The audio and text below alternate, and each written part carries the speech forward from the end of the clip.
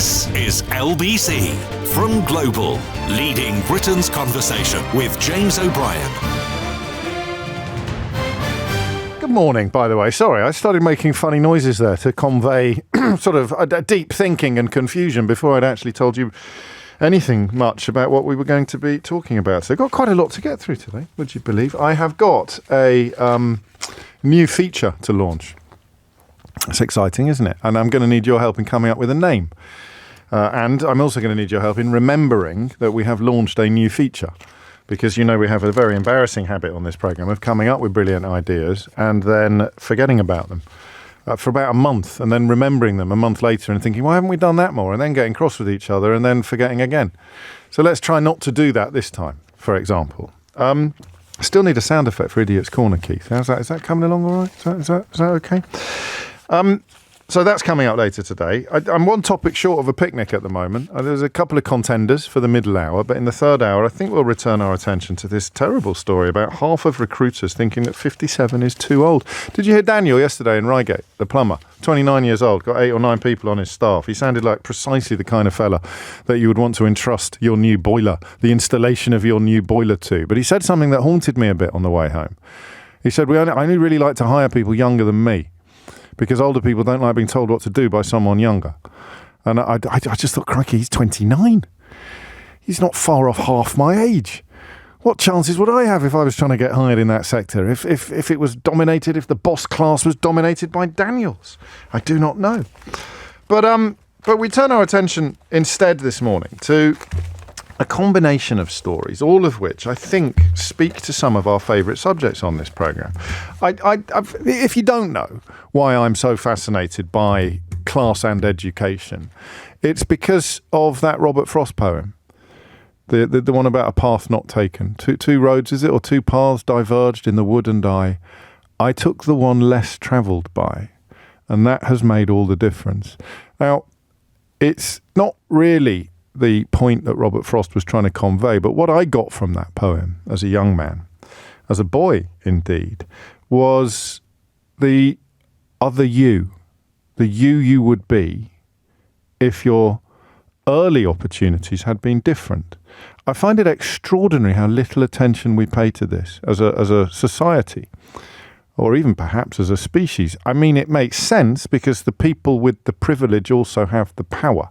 And if you've got the power and the privilege, you probably want to sustain the notion that you somehow deserve them, whether it is the caste system in the Hindu faith, or whether it is the rich man in his castle, poor man at his gate, God made them high and lowly, and ordered their estate doctrine that we used to sing to the tune of all creatures great and small in my convent school in Kidderminster in the mid-1970s. You sustain the idea that society is fair, even as it perpetuates epic unfairness. So the role of privilege and power in society is to make unfairness fair. I worked bloody hard to get where I am today. Yeah, well, I know some coal miners who worked harder, and they haven't got a fraction of what you've got by way of financial security and indeed health.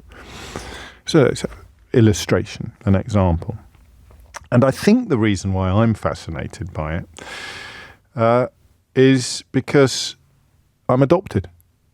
I think that part of the reason for my fascination with the role that privilege and power can play in your life is because I find it a little bit easier to imagine the other me than perhaps you do. I don't know. Daniel's been in touch already to say I think about this every day. I think, and it's only something that came to me quite late in life. I didn't certainly think that my adoption had anything to do with this as a younger man. But thinking about it, and writing about various issues, I found myself wondering whether you become more conscious of where your life would have gone, for good or for ill, because of course some adopted people have the opposite experience from me. They have a really tough time of it, and they find themselves pining, almost yearning for the path not taken. Whereas I am absolutely blooming delighted with the path taken. I won't bore you with the details, but I'm luck personified when it comes to that weird second bite of the lottery of life. Who your parents are biologically is your first ticket, but you get a second ticket if you're adopted, and that can be the jackpot. And indeed it was for my sister and for me. So because I've got that idea somewhere deep inside me about the other me, who I would have been, and then, of course, Mum and Dad sent me to one of the best schools in the country, an enormous, I don't want to say sacrifice because that kind of flies in the face of what I'm about to talk about next, but as an enormous effort's a good word. It was an enormous effort to send me to those schools that I was sent to. And they brought me immense privilege. So I have those two enormous advantages: a secure, happy, loving home, and the best education that money can buy. Right? Oddly, for amateur psychologists out there, the two men that I mentioned at the top of the show, Boris Johnson and Nigel Farage, have only one of those two things, which perhaps explains some of their demons and some of their driving forces. A profoundly secure, loving and happy home with parents who stay together. And sometimes, of course, splitting up is the right thing to do. But all the evidence shows us that is a huge jackpot in life. And then the best education money can buy, which is a huge intellectual advantage. Some of the emotional damage it can do, not to all of us, but to some of us, remains. So there you have. David B. reminds us of the reasons why Trading Places is such an extraordinary and memorable film. There's a couple of early nods there for Groundhog Day and Trading Places, which probably would have been on the same shelf in the video store, wouldn't they, back in the day, don't you think? Groundhog Day and Trading Places. Dan Aykroyd and Bill Murray worked a lot together as well. So yeah, okay. The sort of Saturday Night Live alumni shelf in the video store in Kidderminster could easily have had both of those on. So you've got two jackpots there. The jackpot of a loving family, a secure home, a happy childhood, and the jackpot of an exceptional education. Now, here's the weird thing. Why on earth would you want to deny anybody either of those things?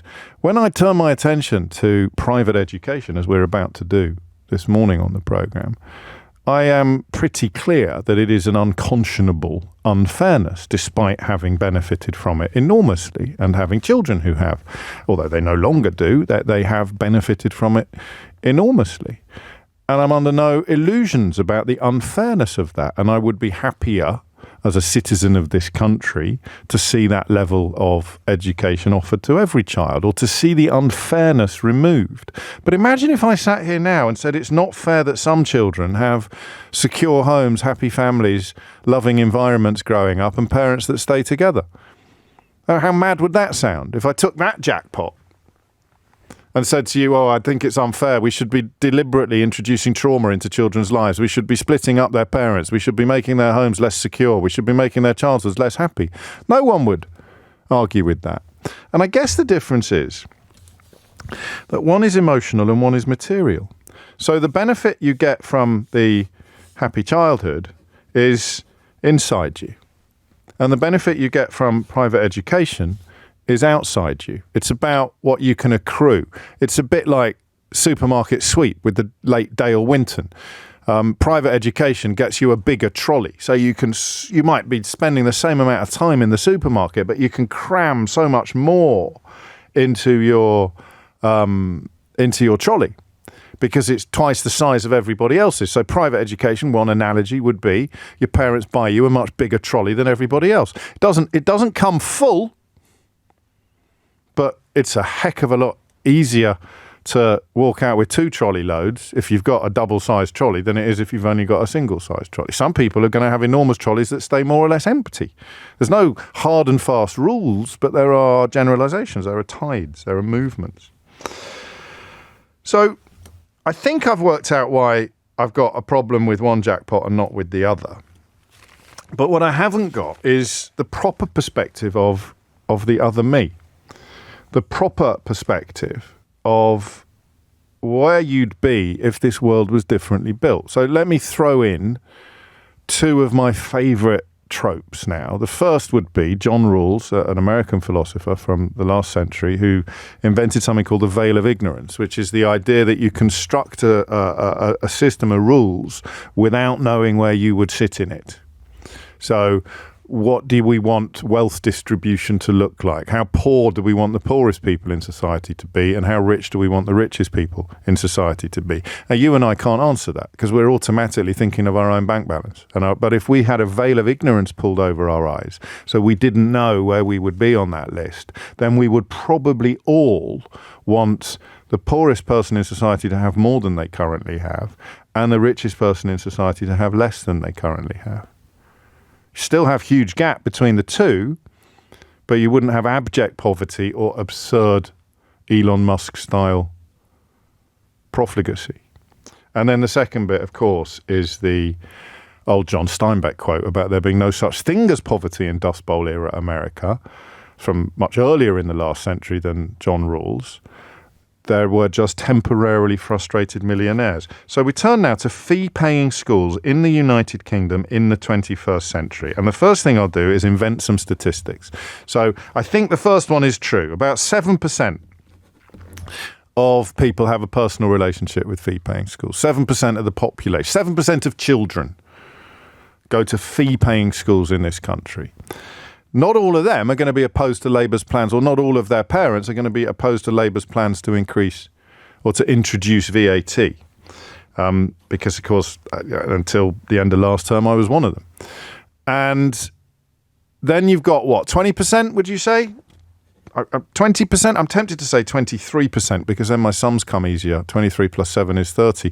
But 20%, let's say, are somehow in that most impenetrable section of society who are in favour of inequality and unfairness, even though they're on the wrong side of it. Because like the millionaires in Dust Bowl era, the frustrated millionaires in Steinbeck's Dust Bowl era America, they think that one day they'll be on the right side of unfairness. These are the people that in many ways prop up right-wing politics around the world. It's horribly unfair. I'm being discriminated against, but A, I'm going to blame it on immigrants, and B, I might be on the right side of the unfairness one day. So let's say 20%, 25, 23, go on, I'll play my maths. 23% are in that category. That's 30. And then I would say you've got 20% of the population who are passionately and ideologically opposed to fee. You think higher? Lower than 20%? Let's not play your cards right, Eleanor, please. Can we take this seriously as a subject? Higher! Nothing in this game for two in a bed, Keith. I think 20%, I think you're wrong. I think 20% of people have got a real problem with fee-paying education for all the right reasons, but we shall see. Okay? I would be in that 20%. It's something I feel very strongly about. So, you know, and that means 50% of the population couldn't give two hoots. 50% of the population couldn't care less. And when I say that figure there, 50%, I think the 20% figure is too low. I think people quite like this as a policy. And you can tell who doesn't like it by the amount of attention. I told you Nick had a caller yesterday who came on LBC and said, I can't believe that all the media is in favour of VAT being put on schools. And I thought, what the heck? Where have you been? North Korea? I said, every newspaper I open is having a fit of the vapours at the moment about people being compelled to pay a tax on their children's education akin to the tax that they currently pay on sausage rolls. Extraordinary to me to think that anyone could have spent 10 seconds with their eyes open in modern Britain and thought that the media, as a sort of general homogenous lump, was in favour of this Labour policy. Here's just one. I mean, at random, opening the Telegraph. Labour's war on private schools is being exposed as pure class hatred. Except it's not, is it? It's just an attempt to spread the jackpot out between everybody instead of confining it to 7% of the population.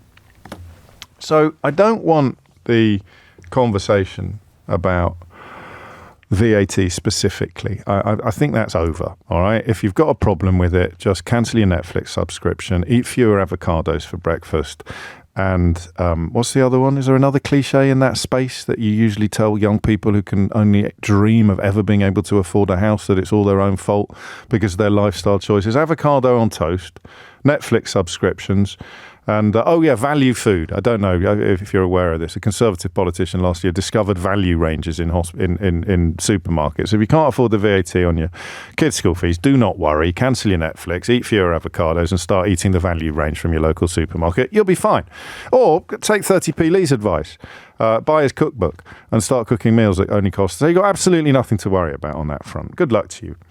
So that's a silly conversation to have. Just sort of very entitled people who don't realise how privileged they are ringing up to complain that they're the real victims in a country where only 7% of children have parents who can afford to send them to private schools.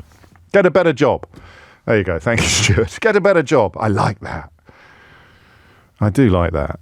Okay, what's that? You can't afford VAT on your children's school fees? Oh, I know what. You can get a better job. Go on. Or do 2 jobs. Get 2 jobs. Get a better job. Cancel Netflix. Eat fewer avocados. Use the value range in the supermarket and get a better job. You'll be able to afford 10 more children. Send them all to Eton. So what does it look like from where you are in the 50% or the 20% or even the 23%, but not the 7%? How much damage does it really do? 0345 6060 973. Fewer holidays. Thank you, Marion. Drink less takeaway coffee. Thank you, Bryn. Yes, exactly. Quit Starbucks. There we go. So what does it do? What does it do? Fee-paying education. What difference does it make? It's 20 past 10. Keith's giving me that look. I've got at least 10 more minutes of explanation here, but I don't know that now is the time to inflict it upon you. Not least because the advertisers would be quite upset. But I want you to come at it from either good or bad. Does it do damage to society or does it actually do good? Hit the numbers now. You will get through. But if you don't, I've got 10 more minutes on this because it is probably one of the most abiding issues of my life and indeed my career, my personal life and my professional life. But I suspect other people would rather hear your voice than mine when we come back from the break. So answer this question with evidence, explanation, personal experience perhaps, but not exclusively.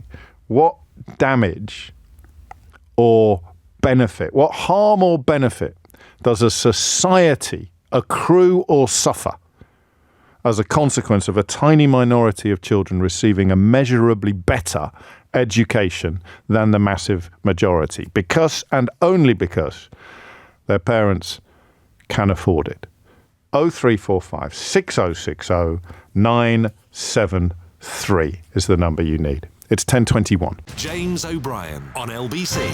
23 minutes after 10, and I'll tell you what they're scared of. I'll tell you what they're frightened of. They're frightened that their children will have to take their chances on a more level playing field with your children.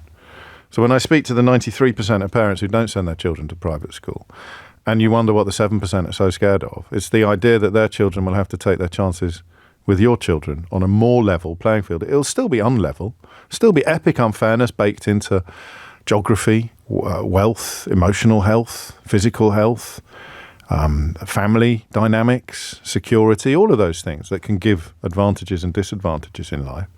But what is everyone so cross about? What are all these columnists so upset about? What are all these gobs on sticks getting their knickers in a twist about? Because they know deep down, as I do, that I wouldn't be here now if I'd had to take my chances in an equal field. I like to think I would be, but I can't prove it.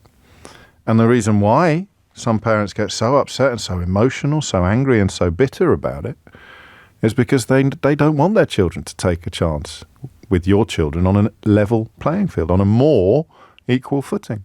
So what damage from the outside does this mode of education, this almost uniquely British mode of education do? What damage does it do to the whole of society?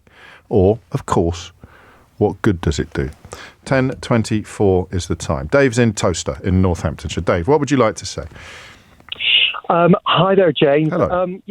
I listen to you quite a lot, and I've always winced a bit when you've kind of talked about private schools and this sort of feeling that you have that they're so much better than state schools. Well, shall I explain? Because you probably haven't listened enough. So when I look at things like the media, when I look at things like the judiciary, when I look at things like medicine, when I look at the armed forces, when I look at the police, when I look at anything in this country that we might loosely call a profession, and I look at the proportional representation of privately educated people versus non-privately educated people, that's where I derive my conclusion that you are more likely to end up in those jobs if you went to private school. Because that's not an opinion, Dave. That's counting. Okay, that's fine, James. And I think that is actually it's sort of chicken and egg. I think that's a bit of a problem with the society that we've got, because, I mean, if I can just sort of explain my situation, I went to a grammar school, which I guess in some ways is akin to a private school. I went there and I felt a sense of privilege that I'd got to go there, and probably felt that I was a little bit better than, the average common sort of man on the street. And that Really? sort of came back, and that kind of came back to bite me in the bum when I went into business. I actually had to deal with sort of let me just rewind you a people. bit. So when you say, when I explained to you the thing you were confused about, and you understand that you were wrong to be confused, and then you say, well, that's the problem in society. That's what the whole phone-in is about, Dave. The whole phone-in is about the fact that this type of education buys you a golden ticket that propels you into places that are infinitely harder to get into if you don't have the golden ticket. So why is that a bad thing? That's really what the phone-in is. I apologise for not being clear enough during a 20-minute introduction. No, okay. I didn't perhaps catch the beginning of it. Basically, you don't develop emotional intelligence at public schools. How do you know? And all the rest of it. Well, I'm speaking from personal experience. I got, great exam results, went to great universities and all the rest of it. Didn't have any emotional intelligence whatsoever. Why is that? I mean, maybe it's different in Northern Ireland, but grammar school's not a public school. It's not a boarding school. It isn't, but when you go there, you do your 11 plus, and you sort of feel I'm a little bit better because of where I went. And why is that bad for society? Because you kind of end up thinking you're better than other people. I mean, just if I can continue. But you are. You get your. That's the point. Society gives you gifts that you wouldn't otherwise get. So it perpetuates that notion of privilege. If you're on the right side of it, I need you to explain what on earth is wrong with that, or what damage it does to society. Chris is in Tower Hamlets. Chris, what would you like to say? Good morning, James. Hello, Chris. Long time no speak. Well, yes, but for people, because my memory is extraordinary, for people who don't know, Chris was the headmaster of a comprehensive school in Tower Hamlets. So you come to this, dare I say, with a little bit more understanding of the issues under discussion than the last lad. Well, a little, James. Two things quite quickly.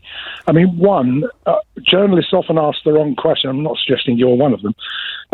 They often want to know where cabinet ministers, senior politicians, government ministers went to school themselves. Yes. I'm much more interested in where they send their own children. Yes. Have they got skin in the game, as you always say? Because,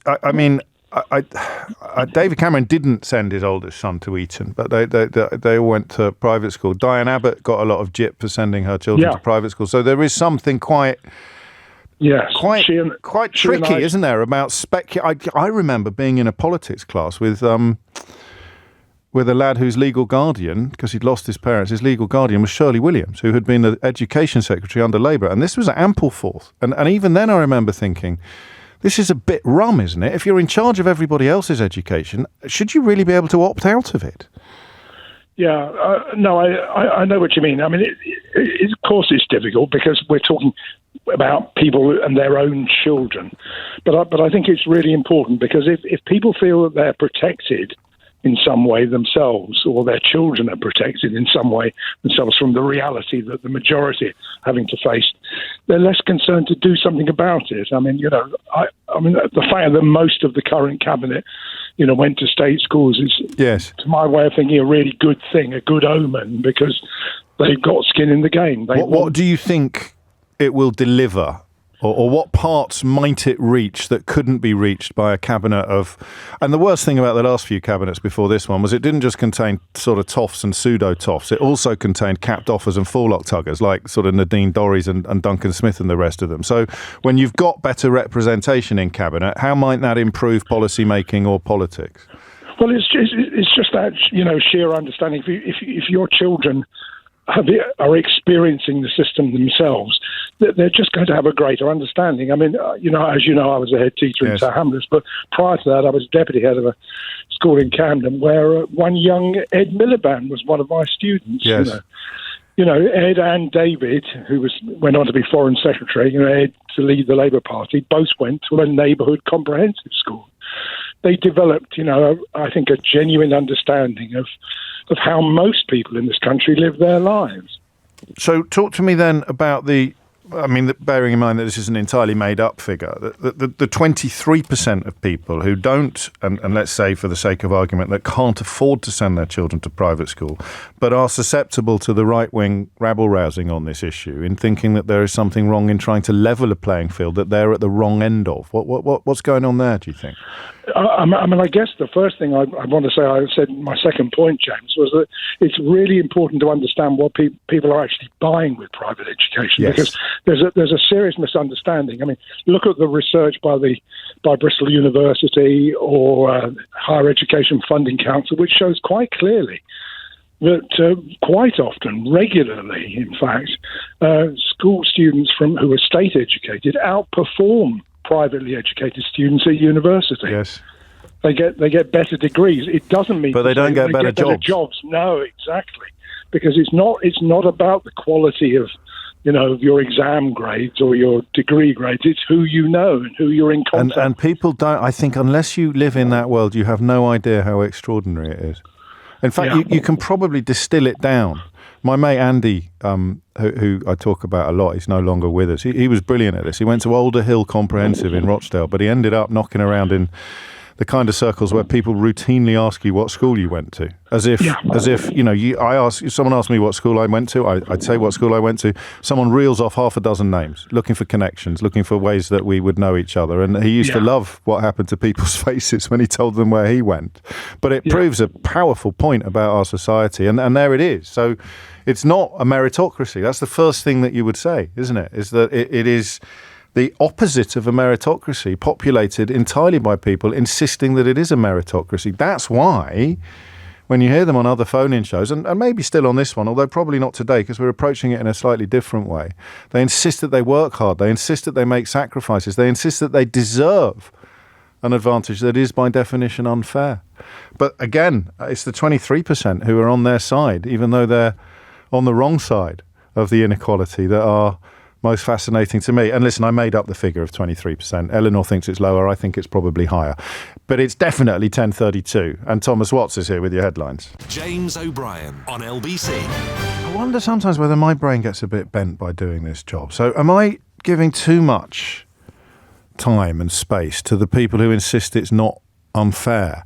I mean, those are the calls over the years that I found the most engaging and enraging, when it was often mums more than dads, actually. And you'd say it's not unfair.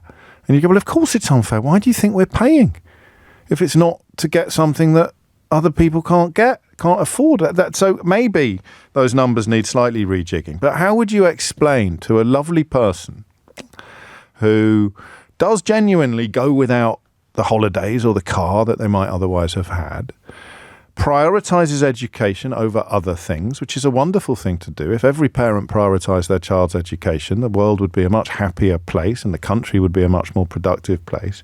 But they just reject out of hand that private schools are bad for society. They might even know that they're unfair, and they might know that they're good for their kid. But how can they be bad for society when 20 prime ministers went to Eton? That's a brilliant question, isn't it? How can they be bad for society when 20 prime ministers went to Eton? Because the fact that 20 prime ministers went to Eton is absolutely proof that we don't live in a meritocracy. But you could equally argue that, well, that proves that you need schools like this in order to prepare people to be prime minister. I genuinely see both sides of this. But I know what side I'm on. Jane's in Redbridge. Jane, what would you like to say? Hello. I've never called in before, so this is weird. Well, there's a first time for everything, Jane. Welcome aboard. Thank you. I went to a private school and I sent my kids to a private school, but I entirely agree with you that they're bad for society, so I am therefore a hypocrite. And my logic for that is because they advantaged my kids. I sent them there, and I would even defend you. I'd defend you from the accusation of hypocrisy because they exist. So you not sending your children to private school would not bring about a world in which they don't exist. So I don't even think it is hypocritical. But what I do want to know is, go on. Sorry. I have friends who would argue that if you believe that and that's your principle, then you should send your kids to the perfectly good state schools that are in my area. There's lots of them, and I could have done that. Yes. And A, they're perfectly good, and B, if privileged people send their kids to those schools, then that will have a positive impact on those schools. But Fingers I crossed. didn't do that. Yeah, and I didn't do that, and therefore I'm a hypocrite. But as my mum said when she sent me to a private school, she's a lifelong Labour voter, why should my kids suffer for my principles? Which is an awful way of putting it. But, I didn't particularly want them to be part of that social experiment. I would love everyone to have those same privileges, but right now they don't. So what harm do you think it does to society in general to have this cohort of privilege? Well, I think the difficulty is the 7% are getting more life chances than the 93%. I also worked for an independent school, so You're almost in Ray Liotta territory here. Yeah, so I understand the privileges it affords that tiny minority, and I don't think it's to do with the quality of the teaching necessarily. It's the social advantages. My son was interested in engineering, and the family we know through school, the dad is a chartered engineer and a King's Counsel and an IT barrister, so he could have a chat with him. Yes. And, lots of other kids wouldn't know that man and couldn't have a chat with him. And that is essentially the kind of golden ticket territory, isn't it? So Chris was right. It doesn't mean they'll get better degrees, but it does mean that when they come towards the end of their degree, there'll be people they can call.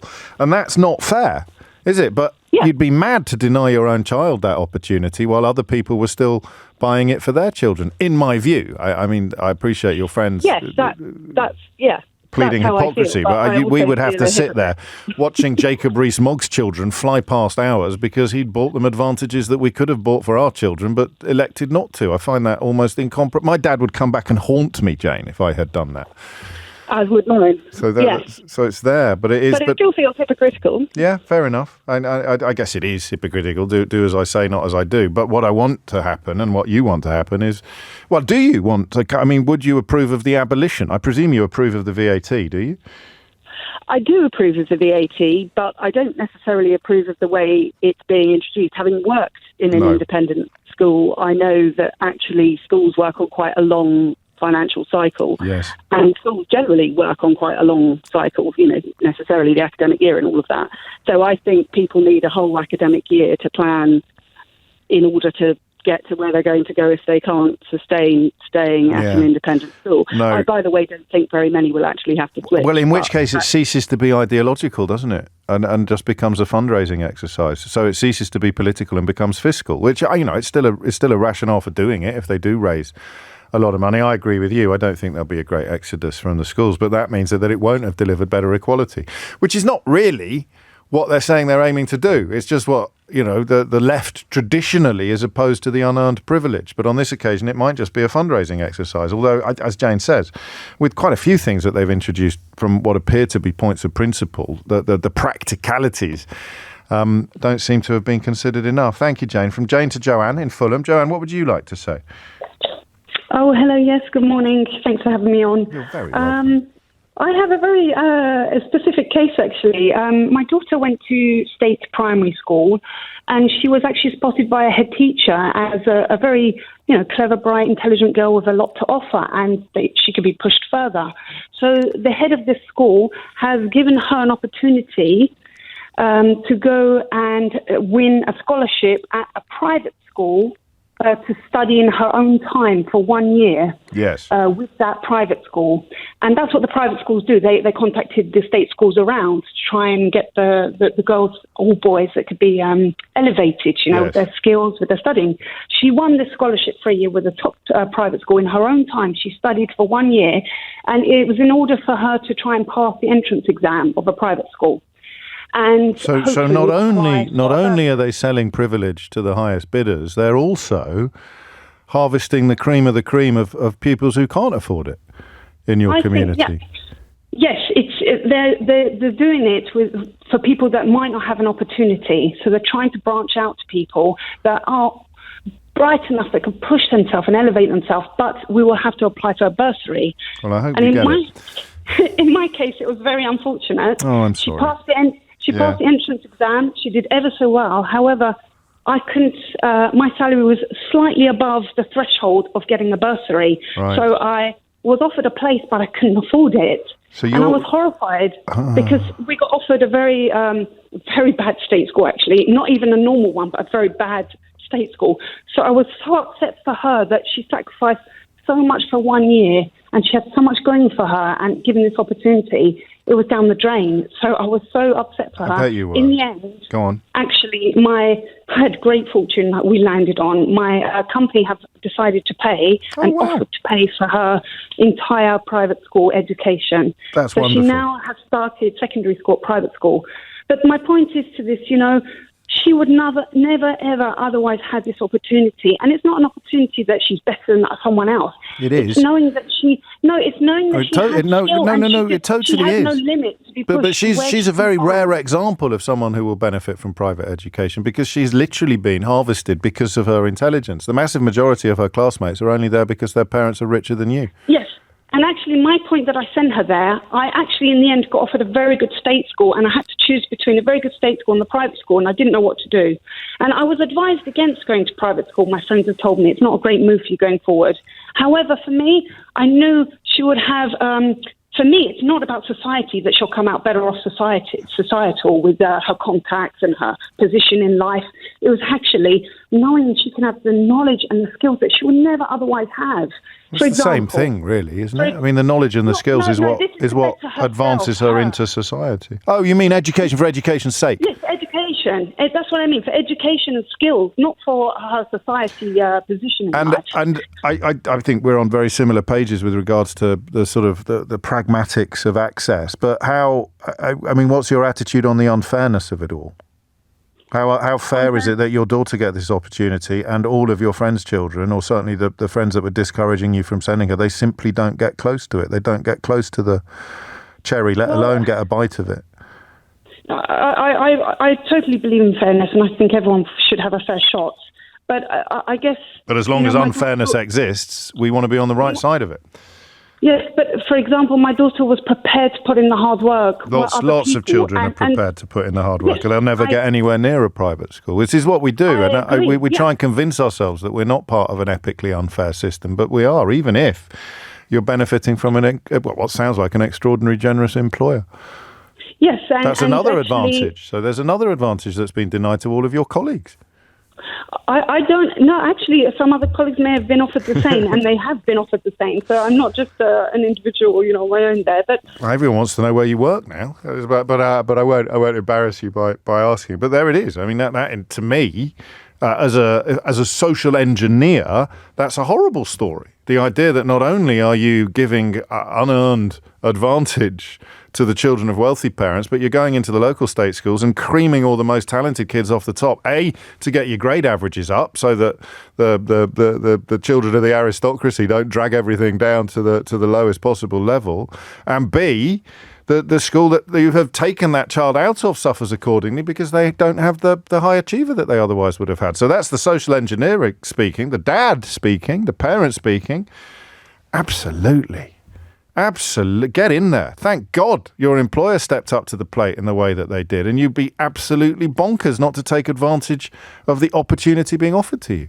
But it's a hideously unfair opportunity, and that's why the politics of it remains so interesting. It's 10:47. James O'Brien on LBC.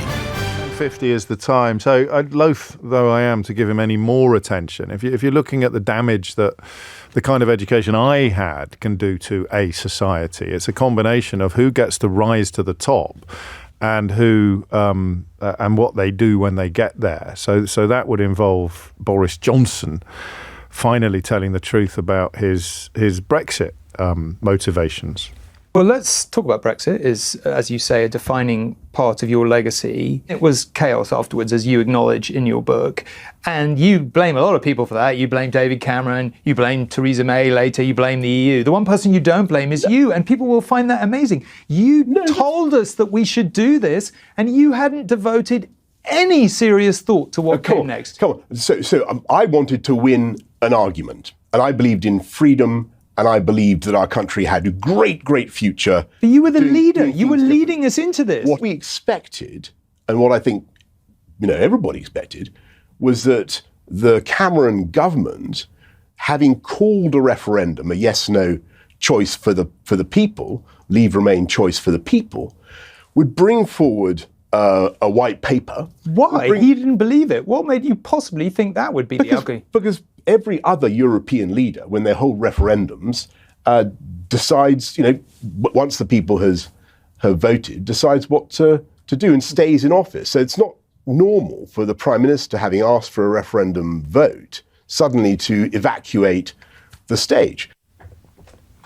So there it is. You've heard me posit that theory on the programme many, many times. Indeed, it's in my book, my last book. But the idea that he's so unself-aware that he'll actually just say it casually and blithely in the middle of an interview. I was all about winning an argument, couldn't give a fig about the country, couldn't care less, thought David Cameron would sort everything out. I just wanted to win an argument, do a lap of honour, have a little boast at the next Eton Old Boys reunion. Absolutely extraordinary that you could have such contempt for your country.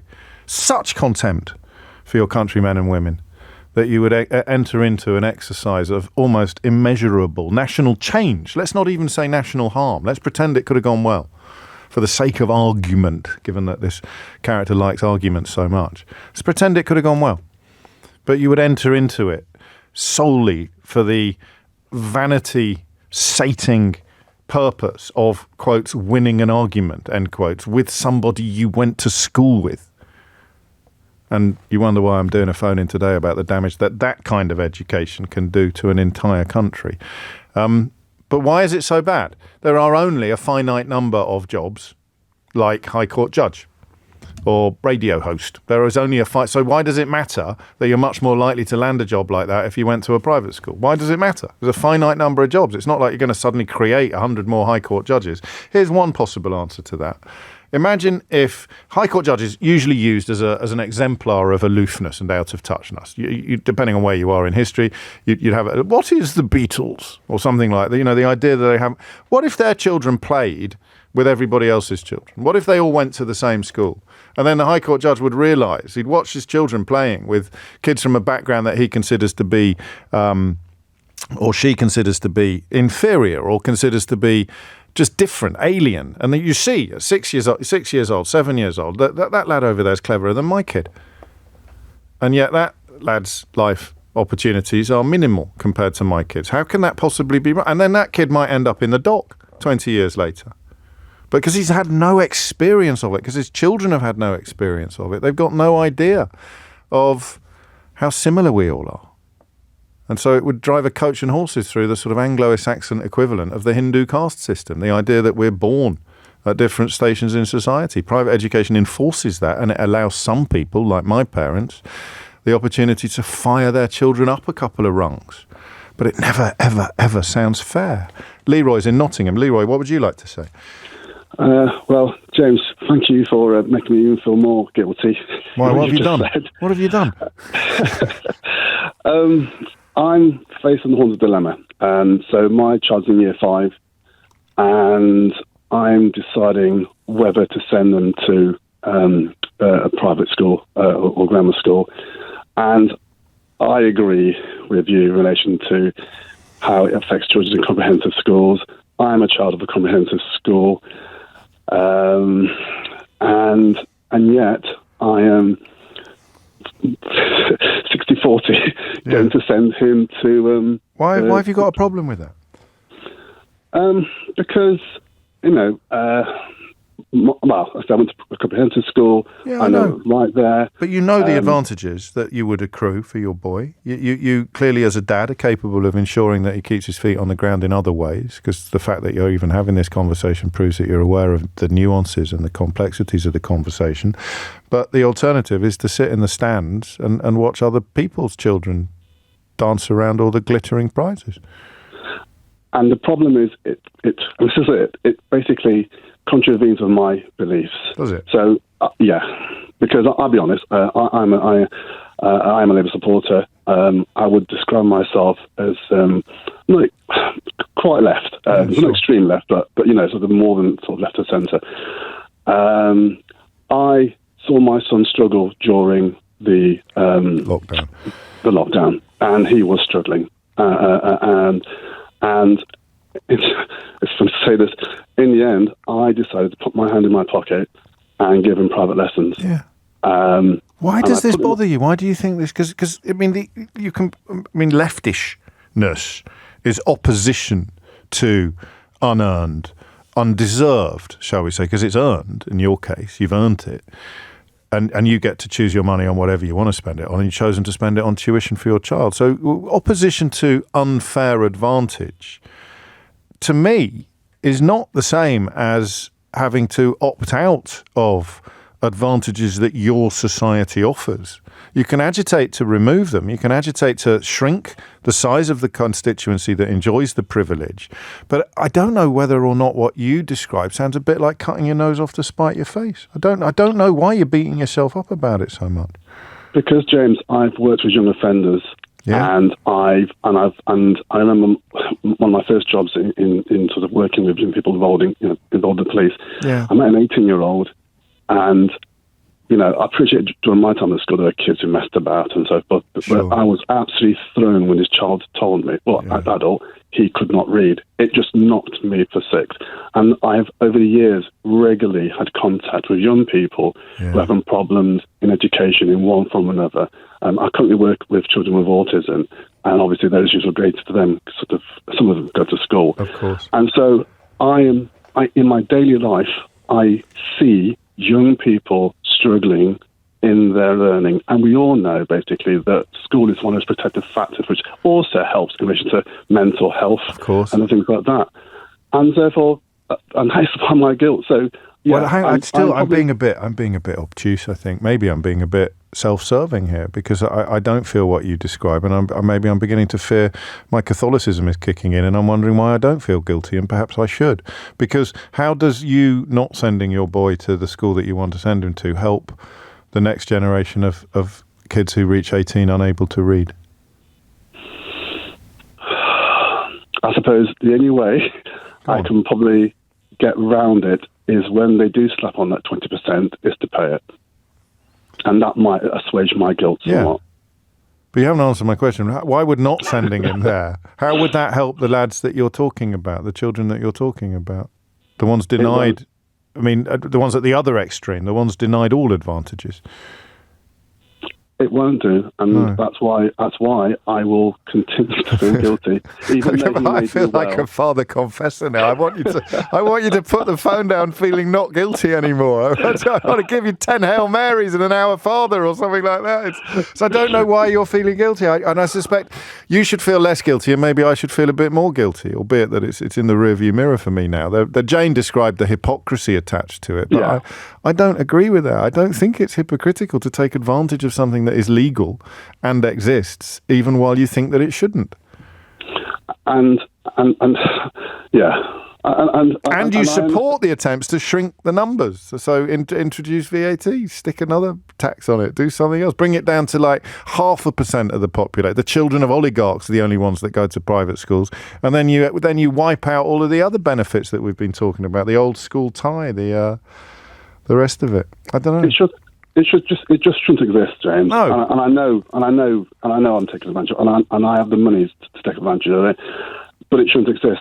And it should be, as a nation, if we're all talking about sort of Great Britain and wanting to be one great nation, we should all be making sure all our children succeed, not just the ones who can afford it. Yeah. Well, again, it's a reason why you should feel less guilty than everybody else. You send your lad to the school and you carry on doing the work that you do with the children that are going to benefit enormously from having someone as caring and as thoughtful and as compassionate in their lives as you clearly are. But I guess that's the sophistry in me. That's the public school debating society kicking in and trying to sort of put two and two together and come up with five. I wish you well, though. Be kind to yourself, mate. Seriously, you're doing a good thing for your boy. Don't ever forget that. Even as you deal with the guilt or the fears of hypocrisy, you are doing a good thing for your boy for the best reasons. My dad taught me that. James O'Brien on LBC.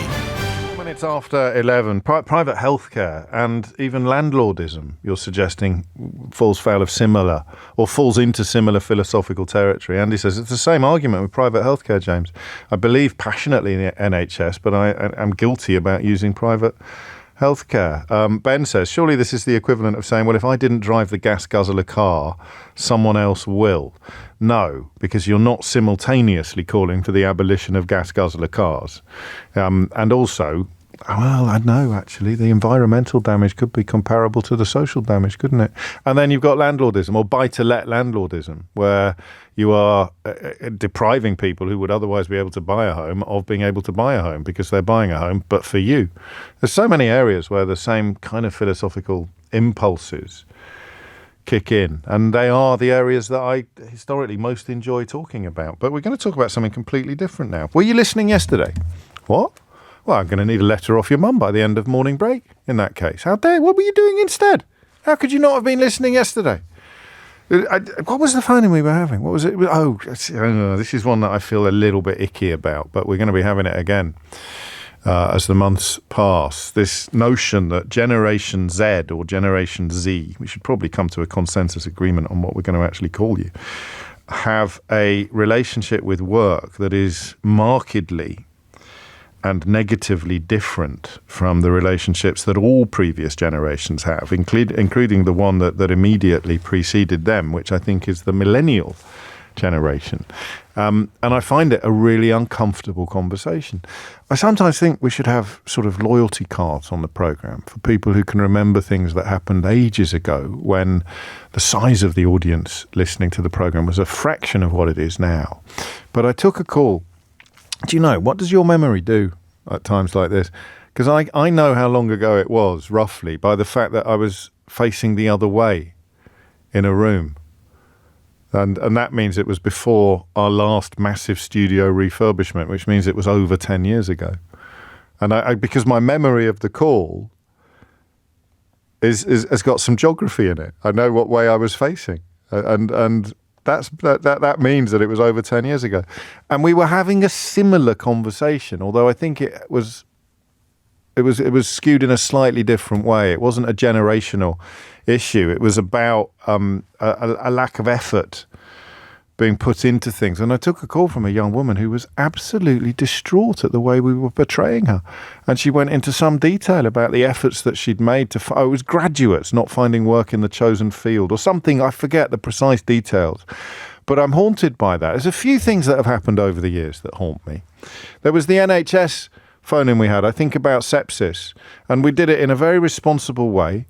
And it was another one of those moments where I found myself envying the people who can do this for a living without giving a fig about anybody, having a sort of Boris Johnson approach to broadcasting and not really caring about any issues or individuals, just sort of seeing it all as a great exercise in ego inflation and financial advancement. But I read an email from a lady who was due to go into hospital, and we'd scared her. She was already nervous about going into hospital. And the conversation we had about sepsis, which was entirely evidence-based and highly responsible, had really upset her. So now whenever we turn our attention to the state of the NHS, I've got her words in the back of my mind somewhere, just as I've got that young woman who felt that we were personally pillorying her, despite the amazing efforts she'd put into finding a job. That's why I don't like doing the young people these days. If it was Poppy from Reading, crikey, Paul wins a prize for that in 2012. I bet you've Googled something there, haven't you, Paul? There's no earthly way you've just pulled that out of your memory banks, but well done. And another one, which I think appeared in my second book, in How Not to Be Wrong, which was when I used to be quite rude about people who were excessively indulgent of their pets. And I used to point out that, you know, if you got locked in a room together and you died, your pet would probably eat you. And I took a message off someone. I used to do it in a kind of performatively provocative way, you know, like being deliberately obnoxious in order to get a reaction out of you. It's a bit of a traditional territory for phone-in hosts, but I don't enjoy it or visit it anymore. It was even worse on obesity. But I took a message off someone who told me that his wife had died 6 months previously, and if it hadn't been for his 2 dogs, he doesn't think he'd have made it. And from that day to this, I've never gone in as hard and as performatively obnoxiously on people who love their pets more than perhaps they love their partner. I've never gone in the same way that I did previously, because that man haunts me. His thoughts haunt me. That lady being frightened as a consequence, more frightened than she already was as a consequence of going into hospital, she haunts me a bit. And Poppy in Reading. The idea that when we talk about young people not really pulling their weight, we are potentially insulting them. But we did the conversation yesterday. The reason I've gone off on that 10-minute tangent was because a chap called Dan rang in from Reigate, a plumber. There's no use at all on the state of my incinerator, which is a waste disposal unit in your sink. A few people are a little bit confused. It's a great pun, right? Incinerator. Except it doesn't actually burn anything. But it's a waste disposal unit in my sink, and mine's gone up the Swanee. I don't know how to fix it.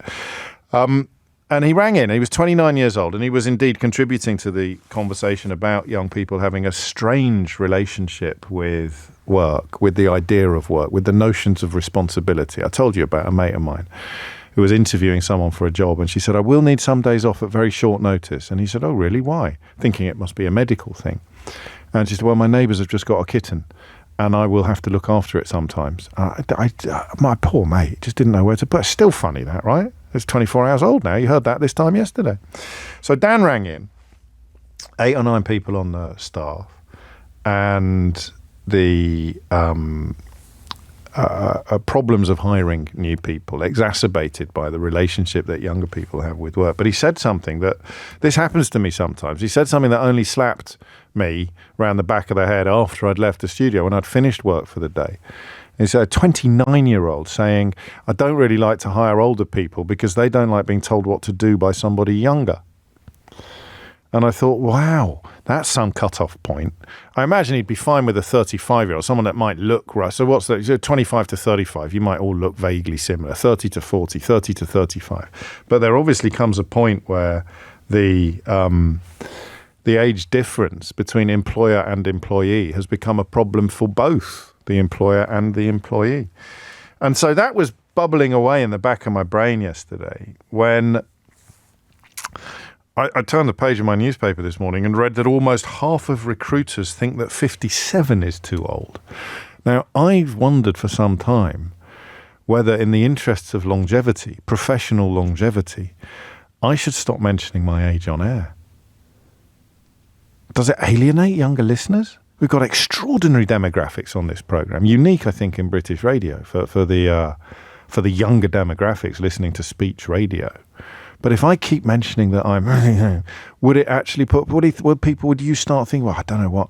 I like to think that young people come in to the programme because they see me as a sort of wise old owl, almost like a father figure, a sort of paternal, no, not a grandfather, Keith, a father figure, or an older brother, actually, like a sort of big brother type of character, dispensing sage advice and life experience.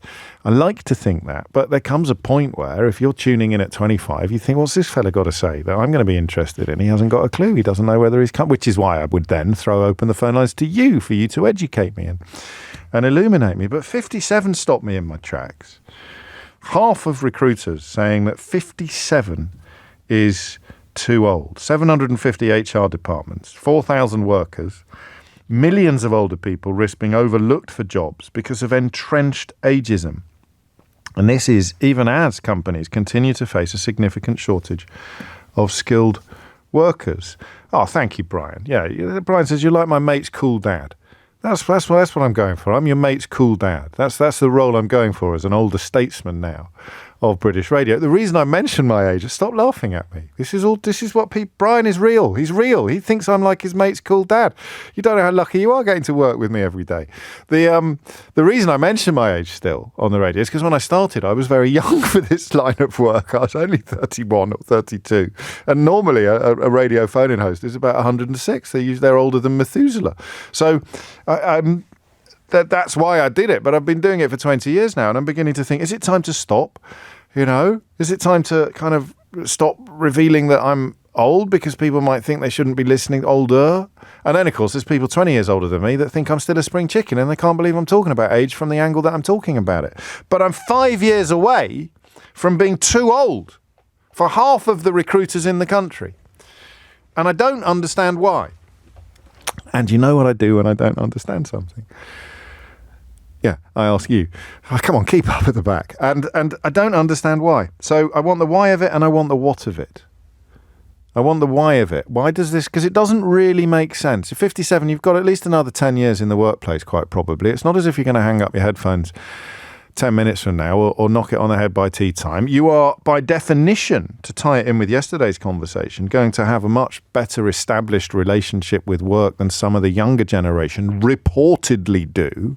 I highly doubt that a 57-year-old in pursuit of a new position is going to say that I need to have some time off sometimes at very short notice because my neighbours have just got a new kitten and I may be required to look after it. Or, same bloke, filling the same position, had the young woman who said to him that she needs to know what the penalty arrangement is for punctuality. And he said, well, why? She goes, because I imagine I'm going to be late a lot.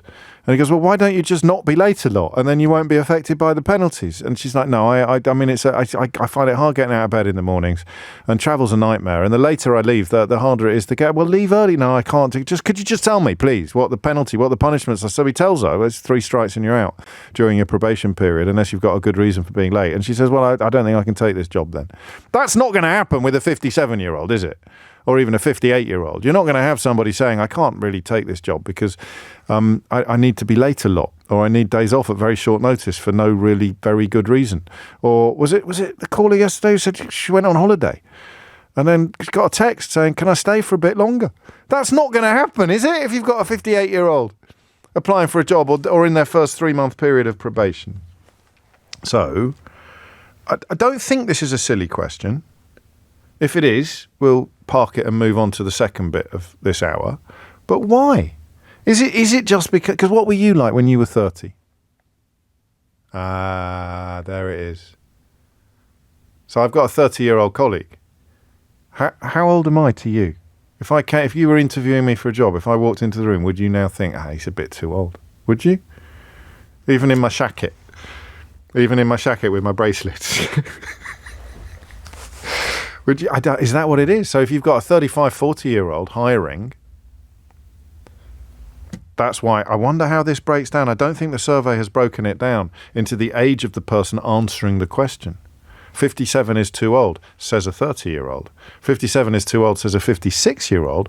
Highly, highly unlikely. Unless I'm wrong. I'm often wrong. 0345 6060 Why? Why do half of recruiters think that 57 is too old? I'll take any answer you've got on that. And then comes the next bit, which is the first time it happened to you. The first time, because that must be a moment, right? That must be a moment when you realise that someone has just discriminated against you, and we're talking about the workplace. Not necessarily finding a new job. It could be promotion. We're not talking about your love life. All right, we'll do that on another occasion when you realise that you're over the hill, as it were. But in a professional environment, particularly as someone, I wasn't expecting that. I just thought of my late father, and when he post-redundancy, pre-retirement, had a couple of experiences that should not have happened, and the people that elected not to give him a job, I mean, they were so foolish. I'm not just being loyal to my dad. He'd have done such an amazing job for them. There was a newspaper he could have edited, and he'd done such an amazing job for them, but they even told him that they thought he was just a tiny bit too old for it. And he'd man alive. And that moment when you've realised for the very first time that your age is now a factor. So we might all have been through the opposite, or you haven't got enough experience, or you're still a bit too young, or come back in a couple of years. But that is fine, because you can come back in a couple of years. When you're at the other end and you know, because they say so, or you think because of the way the cookie is crumbling, that they are judging you because of your age. They're saying to you, no, you're a bit old, you're a bit too, I've got a job, you could do a great job, but I'm not going to give it to you because you're 57 or you're 60. What's that like? What's that moment like? So the why of it and the what of it. Why does this happen? 0345 6060 973. And what is it like to know? Because they might say you're overqualified, but you know that's not it. What's it like to know that you are dealing with one of the 50% of all recruiters who think that 57 is too old, and you suddenly realise it's you? Hit the numbers now, you will get through. 0345 6060 973. It's 20 past 11. James O'Brien on LBC. It's 22 minutes after 11. I'm the same, actually, Chantal. Whenever I say, what's it like, I hear it in the voice from my old school friend. I haven't told that story for a while. It's probably due a run out. And speaking of regular features on the programme, I've got a new one for you, but it needs a name. And the likelihood of us getting a flipping sound effect is probably zero, given the success I've had in previous attempts to inject a little bit of pizzazz into proceedings. But it's quite an important new feature, actually. And it's... Well, I should shut up for a while, shouldn't I? Take some calls. All right, Jonathan's in Bournemouth. Jonathan, what made you pick up the phone? Hi, James. Hello. I think I'm going through what you described just now. I think I'm suffering from being on the wrong end of this for the first time as someone looking for work. I'm sorry to hear that. What's going on? Tell me more. I'm 46. Ooh. I've had... You're not a Chippendale, are you? Because there will be some jobs where age is going to be more of a factor than in others. No. I've had a really good career in user experience, digital user experience. Okay. Brilliant CV. Anytime I've been looking for work before, my CV would get me an interview straight away. Yeah. But I've been looking since February. I don't understand what else it can be. I think it's because I've got 25 years experience. People are seeing that as a negative. I don't know. No, I don't either. And you're not getting interviewed either. You're just... No, I'm not even getting... Yeah. And previously it's been a fairly... I mean, is the sector struggling? I don't imagine that sector is struggling as much as others, is it? I don't think so. So for people who don't know, you would be in charge of making a website or an app better. I would be coming on it as a user, and I'd be thinking, why can't I find anyone? Why can't I get hold of it? Why can't I do? And then you just make it easier for me to use. So everyone needs that at the moment. That's right. And how does it make you feel? Really worried, because I'm not even on the housing ladder yet. So if I'm going to get a mortgage, I've got to work for 25 years, and I already feel like nobody wants me. So 60, 71, and that is a reasonable working stretch, isn't it? A reasonable span. Yeah. Have you spoken to anyone in the same industry? Have you spoken to anyone about what might be going on? And because I imagine for the first couple of weeks, it didn't feel... So you literally, I almost feel guilty for doing this on the radio today, because this is almost in the sweet spot for you of when you're beginning to think that there might be something bigger going on than just, teething troubles or seasonal issues. Yeah. I've had a word with a couple of people, and they were surprised, I think, more than anything, that I wasn't getting any response. Are you expecting higher pay than somebody younger would for doing a similar job? No. Or you're just sending off your CV for existing vacancies? I'm sending off for existing vacancies. They list the salary. I'm obviously flexible at the moment, having no income. Yeah. But, And you've had no feedback, no indication of what it might be? No, it always just says the skills don't match what we're looking for, even though we've got everything kind of on the job description ticked off. And we've got no way of knowing, have we, whether or not it is the fact that you're 46, which is 11 years younger than the threshold that recruiters are citing, or whether it's just bad luck or dumb luck, or there's something else going on. I do wonder if they see 25 years experience and think, his digital's a fast-moving environment, his experience is old, even though I've shown change and innovation throughout that time. Yeah, so it wouldn't be that it would be a number on your CV, but not necessarily that number, not the date of birth. I mean, what are you going to do? Do you know? I've got no idea. I'm just still applying for as many things as I can. Listen, stay safe and good luck. And you can't doctor it, can you? You can't claim you've got less experience than you really have. Yeah. Stick in something about the most recent things you've done. I'm teaching you how to suck eggs, just to show that you're up to date with all the latest developments. And how does anyone know? How does anyone listening know? How do I know? How do you know for sure that it's your age or the length of your career that is the problem? I don't know how anyone can answer that question. It's that suspicion just creeping in. I feel bad now for introducing it. I don't think I introduced it. I think it was there already. But what do you do? And that's 46. So imagine how you feel if you're 56 or 66. Looking at a country where vacancies are enormous. How much of this workforce we keep reading about is not there through choice? They're there because people aren't taking a chance on them, or people aren't extending, because the recruiting person they encounter has got this idea that 57 is too old. Jonathan, take care, mate. Chloe's in Richmond. Chloe, what would you like to say? Hello, Chloe. James. I heard that last and there was a lot that resonated with me. How do I feel at the moment?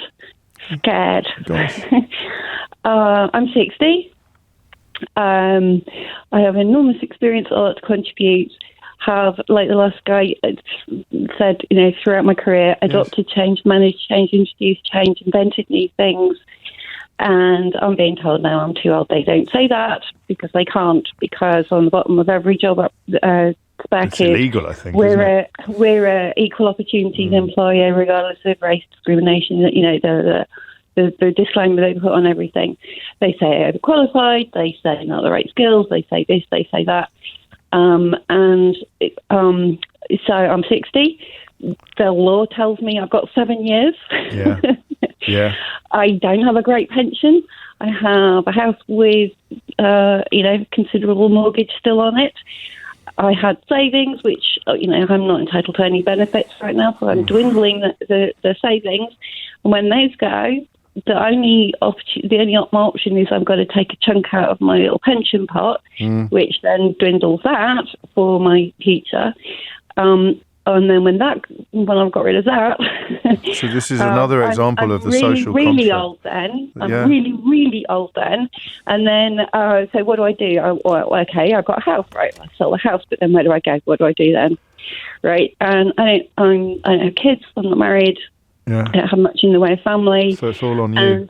And the narrative at the moment is so divided. I get it. I've trained young people. I love young people, and define young. Yeah. Enormous energy is brought into companies when you have a mix of ages.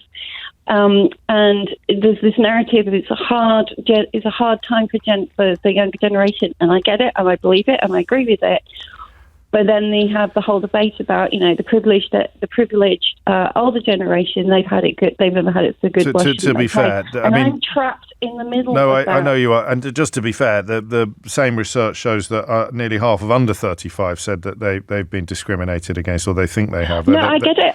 They're asked about their family plans. So where do you derive your confidence? Seems like the wrong word. How do you know that it's your age that they've got a problem with?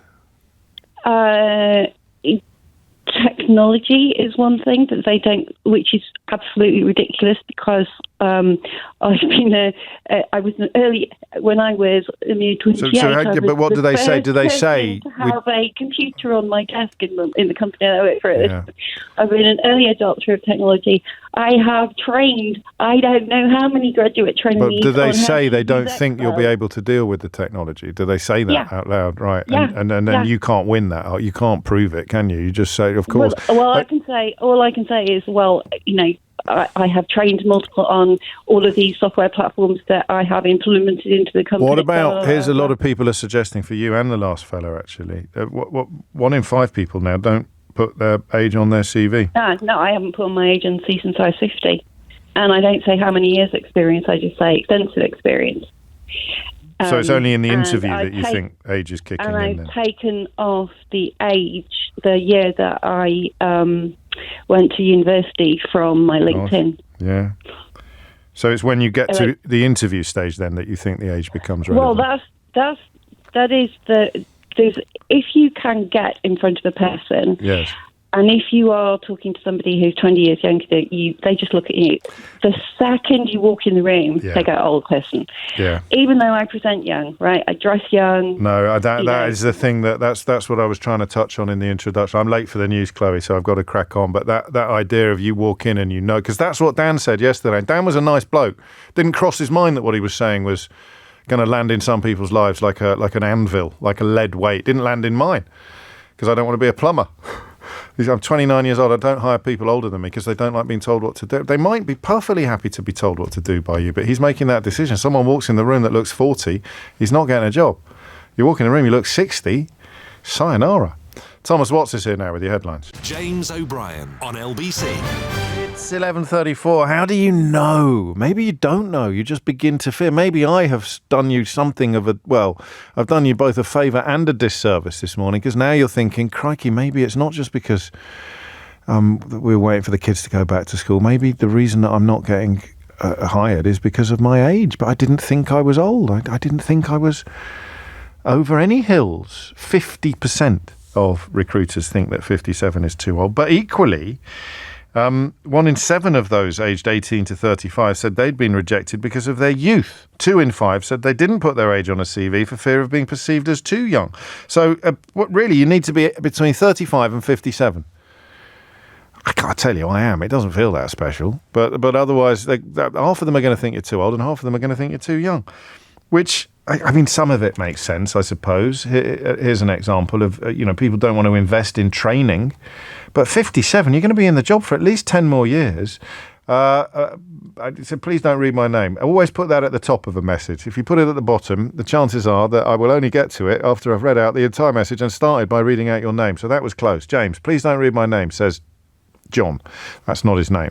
I made that up. Recruiters don't want to invest in training workers over 55 because they don't like they don't think the investment will be paid back as much as it would be for younger workers.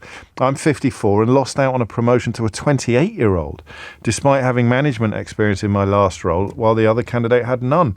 Recently, the hiring manager let slip that to get promoted, you need to be in your 30s. I'm going to have to build a side hustle, as I know my promotion days are over. Yeah, you are, actually. And Alyssa says, take off the amount of experience from your CV if you think it might be too much, and definitely never put your age on it. Well, that seems to be true at both ends of the age range. It's a tough one, isn't it? Philip's in Stanmore. Philip, what would you like to say? Hello, James. Thanks so much for taking my call. It's always a pleasure to be on. We've spoken in the past. So I'm a photographer. I'm a freelance photographer, and I'm experiencing ageism. Absolutely. I'm in my 50s. Right. And most of the people that I work with, predominantly women, are in their 20s and 30s. So there is a sort of significant age difference there. Yes. If I could break it into what I feel I'm good at, and then also to answer your question, how do I feel it? I know that's how do you know? How do you know it's age? Yeah. So just to give you an overview of how I feel I'm in a good place, and it's simply experience. I can reference the past, whether it's movies and art as a photographer. Yes. My understanding of a job, how to pace it, how to shoot, how to prioritize is great. I can work with people from every different walk of life, every religion, every country. I've shot all over the world. The stories and the experience that I bring to jobs is unparalleled, and I feel that I'm shooting the best stuff that I've ever shot. Yes. How I feel I talk to people better. I treat people with more respect because I'm slightly paranoid of offending, so I've sort of become even more careful. So I feel that I'm in a really good place and I can deliver. Now, to answer, and I work in a mixture of fashion, portrait, all of which, if it were entirely true and evident, would translate immediately into lots of work, but it isn't. It would, and it's not that there is no work, but I'm experiencing my age becoming an issue. Now, to answer your question, obviously, I give you some examples when I feel that I'm not fitting in, and it's the age element. So, for example, I don't socialize with my clients. In the past, I would go out with my clients and I'd get invited to events and parties. I might even date people within the world that I work in. That doesn't happen. It's very much turn up, shoot the job, go home. So I don't feel that I'm sort of part of the gang as such. Right. I also get the blank face back. So you say something, you might reference something from a movie or art or something, and they just stare at me because you know that they have no idea what you're talking about. Yes. Then you get the bit where I do say something a little bit dumb, and it's like, oh my gosh, why did I just say that? Yeah. I was actually released. I'm not going to say fired because I didn't have a contract, but there was one huge client I had, which basically I got a letter from their lawyer saying, I'm sorry, but we're not going to call you anymore. And it was over a couple of jokes, which I really didn't think were that bad. Right. But it's working in an ultra-sensitive environment. Now, I can... Except to them, it's not. Well, that's the issue, and I have to... To them, it's normal. I didn't, well, they feel about you like you felt about Bernard Manning. I mean it. We talked about this yesterday. So you can be. I'd like to think of myself as a leader of the woke resistance, but there are young people in my life who think that I'm a dinosaur. So you've got to move. You've got to. I'm not saying you've done anything wrong, but it probably doesn't strike you immediately that you are now Bernard Manning to them. The world has turned. Things have changed. Yeah. So it's not. They're not hypersensitive. They're just them. Yeah. What made it frustrating is that I have witnessed full-time people that work for that company doing far worse things and saying far worse things, and that's what's frustrating. But I didn't come back with those arguments because I figured it was done. Well, you've got age plus freelance then equals problem. It does, and I do it. When did it start? When did you first think, oh crikey? If I was a tree, I'd be counting my rings. I would say probably about sort of 7 or 8 years ago. I'm sort of. It's a young industry that you're in. Well, that's the other thing. So on that note, to also add to my point, yes. I understand that some of them look at me and essentially I look like their dad. Yeah. They look at me and I understand that they think, how can this guy do this job? How can he... the people are all young and cool and trendy. They look at me and think, how on earth can he do this? Yet, ironically, when I was an assistant back in the 90s, the photographers I assisted were my age now, and they totally delivered. I worked with lots of big famous photographers. I, was friends with people like Mario Testino and Terence Donovan and Michael Roberts. Yes. All of the people that I assisted were my age now, and they totally delivered.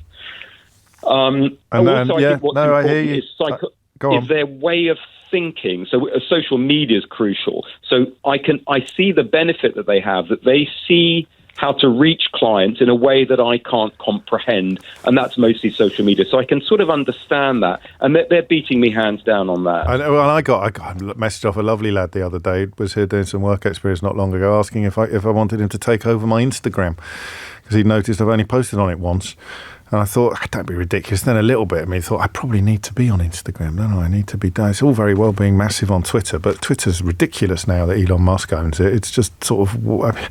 these people who pay for blue ticks. Now I sound like Victor Meldrew. So anyway, I might get back in touch with him. You raise valid points. And I remember saying to someone 15 years ago, I'm not getting involved in Facebook. It's all a load of nonsense. It'll never catch on. The idea of the social media, and that would be part of it. But you can have people our age or your age who are all over it. This got me. Thank you, Philip. Good luck, mate. I feel a bit impotent today when it comes to offering up warm words or encouraging words. Karen wrote this. I wonder if it's different for men or women. I don't know.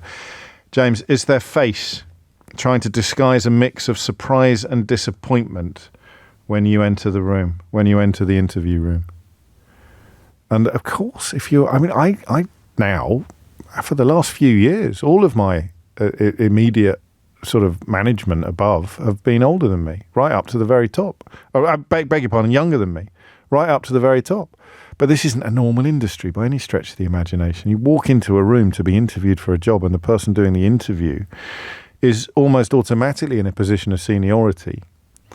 Then age kicks in, right? You think, well, that's odd. And plumbing as well. This is where the whole conversation came from, or half of the conversation came from. Half of it came from the story in the news today. A 50-year-old plumber coming in for an interview with Dan in Reigate. So I'm not taking orders from no 20. Maybe I'm doing a disservice to plumbers. Maybe you wouldn't be particularly averse to the idea of taking orders from a 29-year-old, but I think you would be. I don't think you'd like it at all. So what else can you do? Marianne is in Chippenham. Marianne, what would you like to say? Hi, James. Hello. I was job hunting earlier this year and found that I was often told that I was too experienced when What does that mean? What does that mean? Well, I don't think it means anything. I think it means I'm too old. I'd, like a previous caller, removed an awful lot of my experience from my LinkedIn profile and CV. I don't show my age. I would be approached by an HR person for a job. They approached me. I'd have a really good initial interview, but when they went to put me forward for a second interview, they would come back with, they think you're too experienced. Yeah. And so what do we think then? Do we think, because you're clearly up to the job, so do we think they're worried that you won't be there for that for as long as somebody younger, or that if they invest in training you, then they won't get as much back on their investment? Or is there something subtler going on? Is there a sort of societal aversion to our ages? I think it is very much ageism. Right. I think there's, because you're not given the opportunity to discuss how long you're going to planning on working. And in this day and age, we're all going to be working a lot longer than maybe 20, 30 years ago. Yeah, so I don't know when I'm going to be retiring. And also it's about that they say you're too expensive, but if they don't advertise or tell you what the salary on offer is, and you're asked what your salary expectations are, but not given the opportunity to say, but I'm quite happy to work for the salary that you're offering. So it's, again, either too old or too expensive or too experienced, which is a euphemism for too old. Yeah, it is, and not necessarily logical. And we're often trying to unpack things on the programme that are happening in society, looking for the logic, but there, as we often discover, there might not be any. It's just a sense, a feeling. It's probably evolutionary. You're no longer valuable to the herd, you know. You're no longer capable of going out and hunter-gathering, or you're no longer capable of producing the next generation, or of child. I don't know. I'm just looking for the prehistoric reasons why this might be happening. I might sound ridiculous, but I don't know. There must be all sorts of different things going on. But the madness of it, as with the young people we were talking about yesterday, the madness of it is that we are not only crying out for workers in almost every sector, we're also living through a period of epic racism towards people from other countries. So the urgency with which employers should be trying to fill vacancies is unlikely ever to be higher. Admittedly, look, growth and the economy could be doing a little better, but give the new fellas a chance, you never know. But in the context of vacancies and immigration rhetoric, the idea that you're discriminating against people already here because of their age is ridiculous. Genuinely ridiculous, and yet here we are. Do you think anyone's prepared to put their hand up from the other side of the desk? Anyone's prepared to say, I didn't realise it, James. So this is interesting from Zosha, who doesn't go into loads of detail, but describes her business as having done some research in this area. And one of the main findings was that employers don't consider age diversity to be a problem in their organisations. So there might be evidence in front of them of a range of negative perceptions towards older applicants, but they don't think it applies to them. We get a lot of, quite rightly, a lot of instruction on discrimination on ethnic grounds or on gender grounds, but you don't get much. So it's not in the forefront of your mind when you're looking at things. So you thought, it's not a problem here, but it is. So have you been listening to the last 40 minutes or so and found yourself thinking, oh my days, I'm guilty? I bet when Karen walks into the room and she sees that face, that's my face.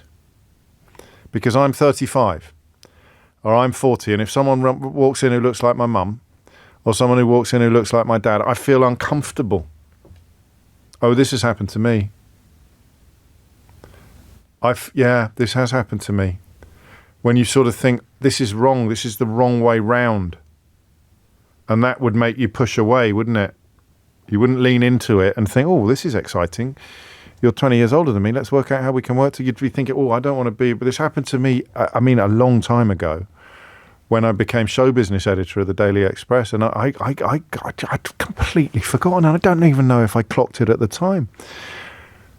I'll tell you a bit more after this. James O'Brien on LBC. 2 minutes after 11. I couldn't remember. You must have noticed me do that a bit. I hope I'm not doing it more as I get older. But I just had the feeling, the memory of the feeling of what it's like. And then I thought, how can you have a feeling about being about someone much older than you? And when you haven't, in this job, it's 20 years since. But when I was on the Express and I became show business editor, I was at a theatre first night. And the theatre critic came up to me, who'd been on the paper for a long time. He was much older than me, and he called me boss in front of other people. And I felt like a fraud. I felt uncomfortable, and I felt fraudulent. I found the idea of someone who was, in my mind, closer to my dad's age than me. But I don't think he was, looking back. But when you're 28, you think everyone is Grandad Clive Dunn, don't you? But one of the theatre critics, there were a few on the paper, and he called me boss. And I remember I felt so wrong, so uncomfortable. So sometimes perhaps if we're discriminating against people because of their age from a position of youth, it's not unkind. It's more about a kind of the feeling at odds with the natural order of things. So if I had been required, if I'd done the job for long enough to need to hire another theatre critic, I wonder whether I would have felt comfortable hiring someone who was 20 years older than me. I honestly don't know. I think perhaps I would have felt uncomfortable and would therefore have gone for someone who I felt more entitled to be in charge of. There it is, isn't it? I don't feel entitled to be in charge of you. So I feel entitled to be in charge of you, and I feel entitled to be in charge of you. But my colleagues at the moment are much younger than me. I don't know. Maybe I'd changed as I get older. So if I had someone who was 65 coming in to produce the show, I don't know. And actually, they boss me around anyway, as you know, more than I boss them around. So this is moot. Josh is in Bath. Josh, what made you pick up the phone? Oh, yeah. So thanks for taking the call. You're very welcome.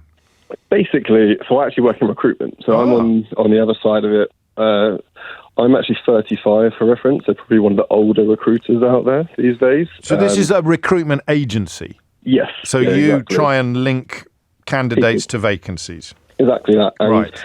You know, I actually found it a little bit heartbreaking hearing a lot of the people that have called in so far, because it's pretty grim. And the person who called in UX, I'd be happy to take their details and try and help them. So I work in kind of tech and digital recruitment, just for reference. Can we do that? And he might not want us to, but can we make sure the chap in Bournemouth, if he wants to talk to Josh will see if he can.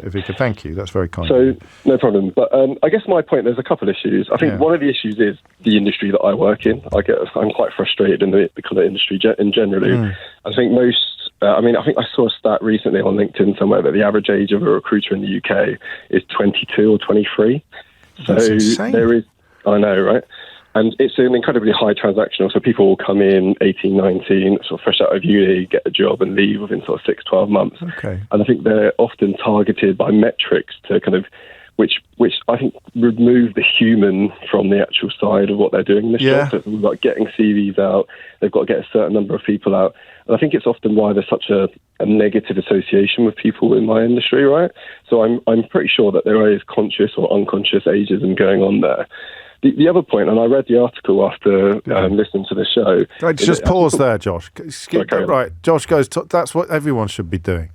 Can we have more of this, please? Can people start doing some research into the topics that we're discussing on the programme? I'll tell you what, if everyone does what Josh does, I could shave 10 minutes off my monologues and introductions, and that's what everyone would like that. Sorry, Josh, carry on. Thank you. Top of the class today, gold star. Yeah, cheers, mate. The other thing was that actually I think in the survey, it wasn't just recruiters getting surveyed, it was actually people in HR, which surprised me. That's right, me. yes. So, from a recruitment perspective, we often get tasked rightly to make our kind of more diverse people that we send out. Yeah, exactly. DE&I, right? It's a huge topic, and I completely support it. But I think often that age is not included in that. I'm never getting targeted around the age of people. It's more around having a more diverse workforce, but that probably means more women, especially in technology. There's a huge issue around that. Yeah. And, people from more minorities. Yeah. And I think it's a great point, and I'm going to bring it up when I get on next. We should be doing age as well. We should be putting age on the list as well. What about that thing I just described? Do you do face-to-face interviews in your work? Yes. Yeah. So when someone comes into the room who is your dad's age, does that feel wrong to you? Do you know what? I suspect there is a bit of that. There's especially in tech. I'm just looking from that perspective. There's that whole tech bro culture, right? Where you've got a load of people all in their 20s and 30s that are incredibly bright, and then they get an older guy in. Are they giving them the time of day? It's an issue, and I suspect that there are. That is definitely going to be an issue that's out there. Even though people won't want to say it, they'll use the whole too experienced or not the right culture fit will be the classic one. That's what I've got. You've no idea how many times that's appeared in my inbox today. I wasn't even quite sure what it meant. Not the right culture fit. Yeah. Which just means you're too old and you'll look weird sitting next to all the young people. Exactly. I think a lot of the time what it comes down to with DE&I is actually companies looking at themselves and saying, we want to be more diverse, but what does that actually mean? Are we set up as a culture to have a more diverse workforce and reap the benefits from that? Yes. And I think that we often are targeted to get more diverse shortlists, but it should be about the company and understanding why the benefits are and why they want not the what, the why. So this will help. So diversity, equality, and inclusion for people who aren't familiar with the initialing. It is potentially to the benefit of absolutely everybody involved. But you're right. If you're seeing it as a box ticking exercise, then you're going to be A, doing it wrong, and B, not doing it to its optimal, to its most effect. Yeah, no, exactly. And I think you're a thoughtful fella. Are you? I'm going to do your job for a bit now. Are you a bit professionally unfulfilled at the moment? No, not particularly. No. I think I kind of pride myself in not being like that. If you know what I mean. I do know what you mean. I get frustrated by the industry, but then I think For me, it's all about the human interactions and the positive experience you can make. So I bet you're very good at your job. A few people are balking at the idea that someone who's 22 or 23 years old can possibly have let me read you what Johnny wrote, the life experience to recruit talent. It's literally an oxymoron in action, but it's a skill set, right? That you can turn your hand to, even though you haven't got that much experience yourself. Yeah, I mean, it's part of the issue, right? It attracts people because they think they can make a quick buck, right. And often people can, but it's often at the detriment to the candidates. Got it. And that's why there's such a bad reputation about it. So what we want, really, is more Joshes. I mean, you said it. Thank you, mate. We'll talk again, I hope. 11:59 is the time. Just coming out to 12 noon. You're listening to James O'Brien on LBC. Dee is very clear that she wants us to continue this conversation. I'm not sure we will be able to keep Dee happy. I've got a new feature that I need to launch in the next hour. We've got more humiliation. Well, is it humiliation? I don't know quite what you'd call it. But do you remember when Nigel Farage claimed that the parliamentary authorities had told him that he wasn't able to have constituencies in Clacton, and we all smelt... What's that stuff called that comes out of bull's bottoms? Well, anyway, we could all smell that. Well, he confirmed it yesterday, although in circumstances that I'm sure he would much rather have avoided, as effectively as he is currently avoiding doing surgeries in Clacton. So a little bit more detail on that. And we're either going to do pylons or atheism next. I might let you decide. Electricity pylons, not Twitter pylons. James O'Brien on LBC. Minutes after 12. Humour is a very subjective thing, right? I mean, nobody can agree that something is funny. Or rather, there will never be a case when everybody thinks something is funny. Some people, for example, I'm told, some people don't find Mrs. Brown's Boys funny. That's extraordinary to me. How can you not find Mrs. Brown's Boys funny? Some people don't find Ricky Gervais funny, which is, to my mind, equally extraordinary. Some people find things funny that other people don't find funny. Some people find me funny. Funny ha-ha. Not funny peculiar. Whereas Keith has a face like a slapback cider for the entire 3 hours of the programme every day. So, this really made me laugh. So I said just before the break that we were going to, in the next hour, be discussing either atheism or pylons. And then I clarified, and this wasn't particularly funny, I clarified that we were talking about electricity pylons as opposed to Twitter pylons. Although I do suddenly realise that we have opened the door to the possibility of Ed Miliband, who is talking about pylons, going on Twitter and being subject to a pylon about pylons. That would possibly be the first pylon in the history of social media. Does anyone know, has Ed Miliband had a pylon on Twitter? Because he is suggesting that everybody should welcome the opportunity to have an electricity pylon in their garden, which we're probably not going to talk about this hour. But Merian has availed himself of the opportunity to crack what I consider to be a very good joke. Having established that we were either going to talk about atheism or electricity pylons in the next hour, he said, either way, you are discussing the need for a higher power. Yeah. I thought so too. I could hear your roars of laughter from all the way up here in Leicester Square. But thank you, Keith. Finally, better late than never. 5 minutes after 12 is the time. So I don't think that we can do an hour on whether or not you'd be happy living next door to an electricity pylon. Oh, I'm doing that. I think I've got to stop doing this. As soon as I say it out loud. So during the little break there, during the news, as you call it, during the news, we'll have a little chat, and I say, we can't get an hour out of electricity pylons. And I say it off air, it's like a decision. Say it off air, we're never going to get an hour. How are you going to get an hour? What are callers going to say? That's what we say to each other sometimes. What are callers going to say? You know, get an hour out of electricity pylons. As soon as I say it on air, I feel like I'm ducking a challenge. So I say on it, we're never going to get... What are callers going to say? We're never going to get an hour out of electricity pylons. It's pylons, Greg, not piles. I could get an hour out of piles, but it's not radio you'd want to listen to, mate. I don't think... Because it would just be the same, wouldn't it? Should we do... Can we... No, we can't do an hour. No. Would you like... What's it like living next door to an electricity pylon? Have you got a pylon in your garden? Not going to do it. Not going to do it. I'm going to put it there, all right, just in case we reach for it later. Got a new feature to launch this hour, with which I will need a little bit of your help. Oh, and I've got a missing word competition for you as well. Yeah, I know I need to get the actual topic up and running sooner rather than... Oh, the feature. Sorry, we're doing. Hang on. There's people listening, Eleanor. We're having a staff meeting. We're having a production. So do you think we should? Yeah, but I need to get the phone in up first, and then we'll do the feature. All right. Everyone on board? Keith, you happy? That's a first. I want to do a quick. Can I not just do a very quick missing word headline? I'd need to find it first. I'll come back to that. So we got. No, here it is. This is great. All right. What's the missing word in this headline? Ready? Are you ready?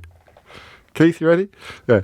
Falling blank knocked me out in Waitrose, and all I got was a £25 voucher. You're not allowed to enter if you already know the answer. If you don't know the answer, text me what you think it is. Falling cauliflower. Oops! I just gave it away. That's right. Thank you.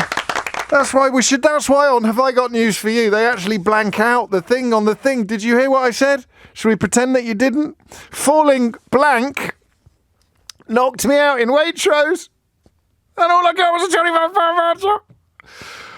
voucher. 8 minutes after 12. 20 years. We're going to talk about atheism. Although I think we just provided some evidence that there probably is a God.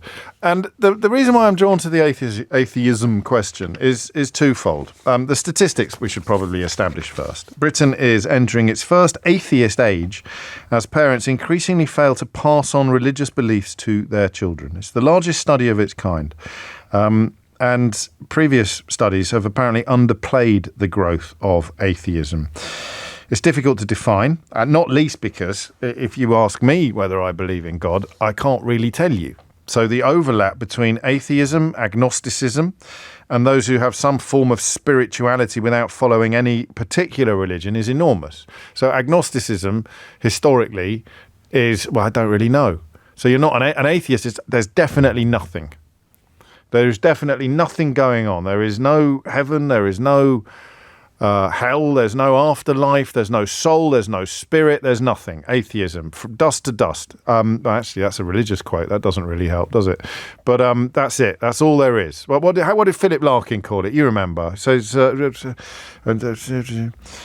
children strewn on steps and women coming for and sense the solving emptiness that lies just under all we do, and for a second get it whole, so permanent and blank and true. That's atheism. Permanent, blank and true. And sense the solving emptiness that lies just under all we do.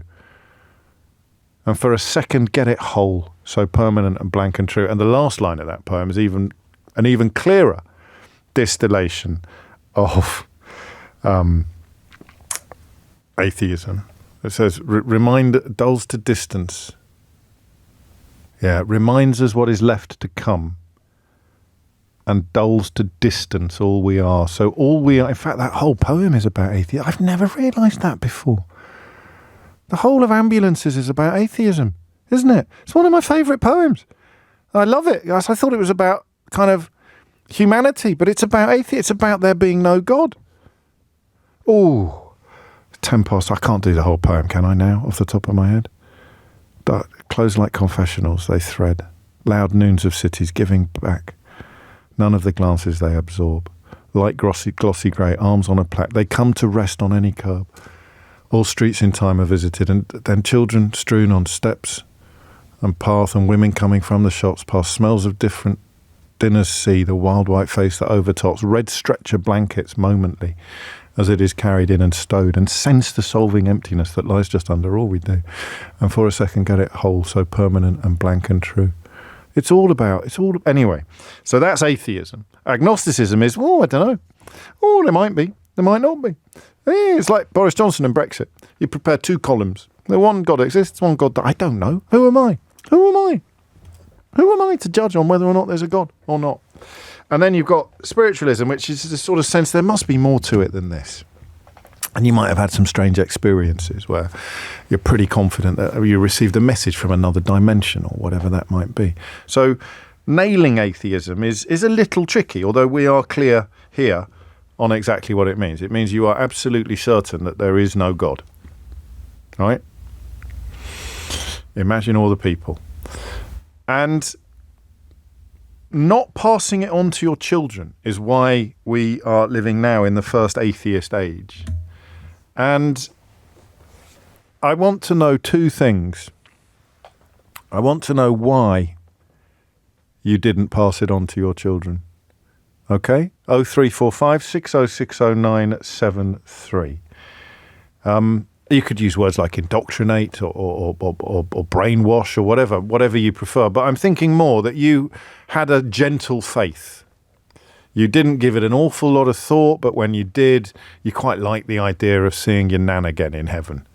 And religion was such an intrinsic part of our society. It's a shame, isn't it? It's another area where the racists have kind of stolen something from us by banging on about Judeo-Christian values when really they just want you to hate all Muslims. Which is odd given that Islam is an Abrahamic religion just like Judaism and Christianity. But anyway, I digress slightly. That idea of your mum and dad that maybe didn't take you to church, but they certainly on Christmas, just an idea. You said your prayers at bedtime, right? All of that normal 1970s, 1980s, early 1990s childhoods. Why didn't you do it? Why didn't you do it? Did you even notice? Have you even noticed until now that you haven't done it? So we always said prayers at bedtime when I was little. Didn't do it with my kids. But they went to Catholic primary school. We went to church a lot. But didn't hand on religion in the same way that my dad handed it on to me. Didn't hand on the guilt. Maybe that's part of the answer to the question. I didn't hand on the guilt. The Catholic guilt. The guilt I'd get if I didn't go to church. Didn't hand that on. So, question number one, why did you not pass on religious beliefs to your children? All right, 0345 6060973. Question number two, here's a place I've never been to before. What happens when you fully embrace and acknowledge atheism, having been a believer, having previously been a believer, whether you were a hardcore believer or whether you were a kind of habitual. But it would have been very hard for me growing up not to believe in God, right? My first school was a convent. So my first headmistress was a nun. My second school was a Catholic school that had very close links with the local Catholic church. So I was an altar server. I was in the Guild of St. Stephen. I can do things with a thurifer that you wouldn't believe. Do you know what a thurifer is? It's like the incense holder on the chain. Yeah, well, so I could do a figure of 8 with that, which only about 3 kids a year were allowed to even try. And then I went to a monastic school. So my final school was run by monks. So my headmaster was a monk. My housemaster was a monk. My Latin teacher was a monk. There's monks everywhere. And so it was not until adolescence, really, that it even crossed your mind to question any of it. And then if you're in the environment that I grew up in, you even have moments where you think you might have a vocation. Oh, Lord, I think God wants me to be a monk. That's the level of quiet faith that is inculcated in you, or indoctrinated, whatever you prefer. And then you live with it. So it might be that you had a much more religious upbringing than mine. So I went to church. I went to religious schools, and we went to church on Sundays. But you might have been in a religion where you are going to church several times a week. I miss elements of my life when I had more faith than I have now, but I could go back to that again. When my dad died, my faith went through the roof. I went to church more, I think, when my dad died than I had for 20 years. And I've never called myself an atheist, and I don't know that I ever will. And I have no way of knowing how much of that is nurture and how much of that is nature. It's got to be mostly nurture. But if you are hearing me describe you as somebody who grew up with faith, grew up with your parents' religious beliefs, what was it like to acknowledge atheism? Good or bad? Because I can see how intellectually you might have been led there, but emotionally I can think of it as being quite a lonely moment in your life. Losing that sucker, so I still talk to Jesus, which you may well find ridiculous. Whether it counts as praying or proof of a belief in God, or just the way in which I also talk to my dad sometimes, particularly in church. It's like a form of meditation for me. It just keeps me grounded. I've got a lot going on. Sometimes working it out in your own head is like internal therapy. And it's a lot easier to work it out in your own head if you have an interlocutor, someone that you're talking to, Keith. And that way your own thoughts can be ordered a lot more easily, a lot more pleasantly. But does that count as praying? Just because the name I've given, the entity with whom I'm having this conversation is sometimes Jesus. And for me, Jesus was always just perfection, like the ultimate being, somebody who was perfect, someone who was untouched by sin, by avarice, by greed, by bitterness, by all of the things that define the human condition in many ways. So I don't know.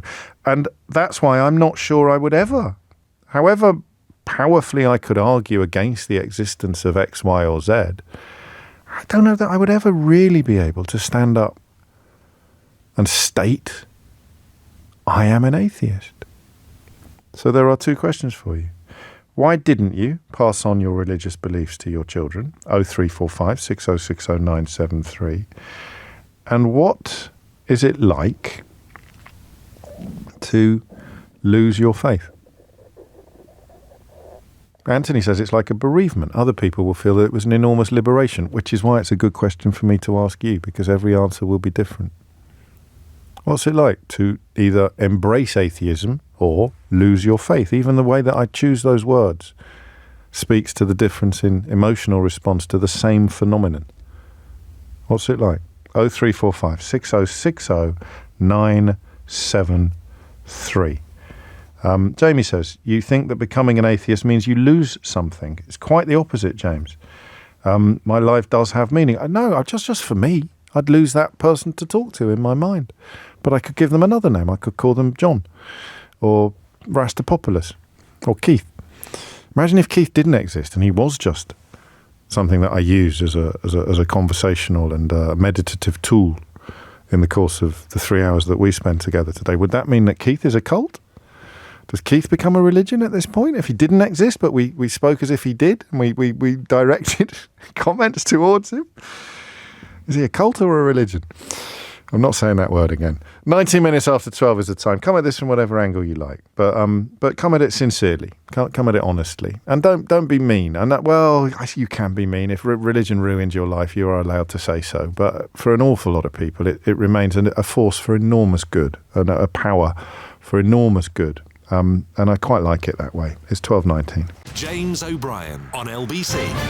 22 is the time. This is the first time that Britain has really been in an atheist age, since at least religion arose among us. And I want to know, we won't do the question of the effect that will have on society, because we don't know, but I am interested in the relationship you have with it, atheism, which a couple of people are telling me I've got wrong, actually. I may even have got atheism wrong.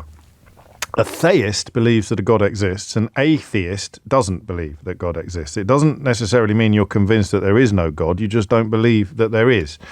A Gnostic is a knowledge claim. So I know, and then agnostic means I don't know. So if you weren't confused already, you will be now. Paul's in Ackworth. Paul, what made you pick up the phone? Well, I think in a way, my youth may have been, apart from the private school element, yes, quite similar to yours. We were both in Yorkshire. Well, yes. So we've got the geography on our side, if not the socio-economic. God. But I was still serving on the altar as an altar boy at the age of 18, Whoa. Just before I went to university. Yeah. I was doing 3 masses a week, because there'd be a Thursday night one, there'd be a Saturday evening one, and a Sunday one. Gosh. When I went to university, my faith was challenged. I saw how other faiths operated, how fundamentalist Christians operated, and the hatred they had for Catholicism. Right. And the very fact that I saw that their faith was dubious made me for the first time ever, question mine. Right. Then I got all philosophical about it, talked with my friends who were atheists and such. But then it was 15 years before I could actually let go of it and say, I am an atheist. Because I'd been given this tool to go to confession, to go to mass during difficult times in your life. Yeah. And I didn't know what I was supposed to do without that tool. Well, it was a great comfort to you, though. It was a great boon to your all existence. All through your 20s, all sorts of things happening. You lose girlfriends, you struggle at university and exams, whatever happens. And and it worked. It worked. I mean, now I think it's like a placebo effect, but it worked. It helped me get through things. So the last stages were literally me arguing. This is as I'm now in my mid-30s, still going to Mass. I was saying that faith, it's not actually believing in a God. No, it's wanting to believe in a God. And I knew I wanted to believe in a God until finally I thought, hang on, that's a nonsense. You don't believe in a God. And all of the things... saying I want to play the game isn't belief. All of the things that we describe as a boon or a benefit that could easily be found elsewhere without the attendant question of faith and belief. So support but when you're young, and succor. It can be difficult I know to that, find and I know that, but I'm just so that's why sometimes when a few years ago, if I veered into the realms of religion, I used to unintentionally upset people, Paul. And I don't like unintentionally upsetting people because they would feel I was judging them and saying that somehow the things that they had found comfort in were worth less than the things that I found, which was never my intention, and it's certainly not my belief or yours. But because that was all we knew for all of our formative years, if you feel a certain way, you do a certain thing, and that thing was Mass or church. Yeah. I now find myself in a position with two boys, 13, and one who's turned 16 today. Oh, happy birthday! They weren't baptised. They've never gone to church. My partner's not religious. She was brought up an atheist. And I look at them and think, you're just as morally grounded, just as good as I ever was. Yeah. If not better. That's the point I was just trying to make, actually. That's the point I was trying to make. They're doing the right thing for the right reasons. They're not doing it because they're frightened of getting struck by lightning. Yes. Metaphorically. I'll tell you one story about him, my youngest. This blew my mind. When he was about 6, he came home from school. Well, actually, no, that's the wrong way to describe it. I found a piece of paper that he must have brought with him home from school. I don't know when it came back.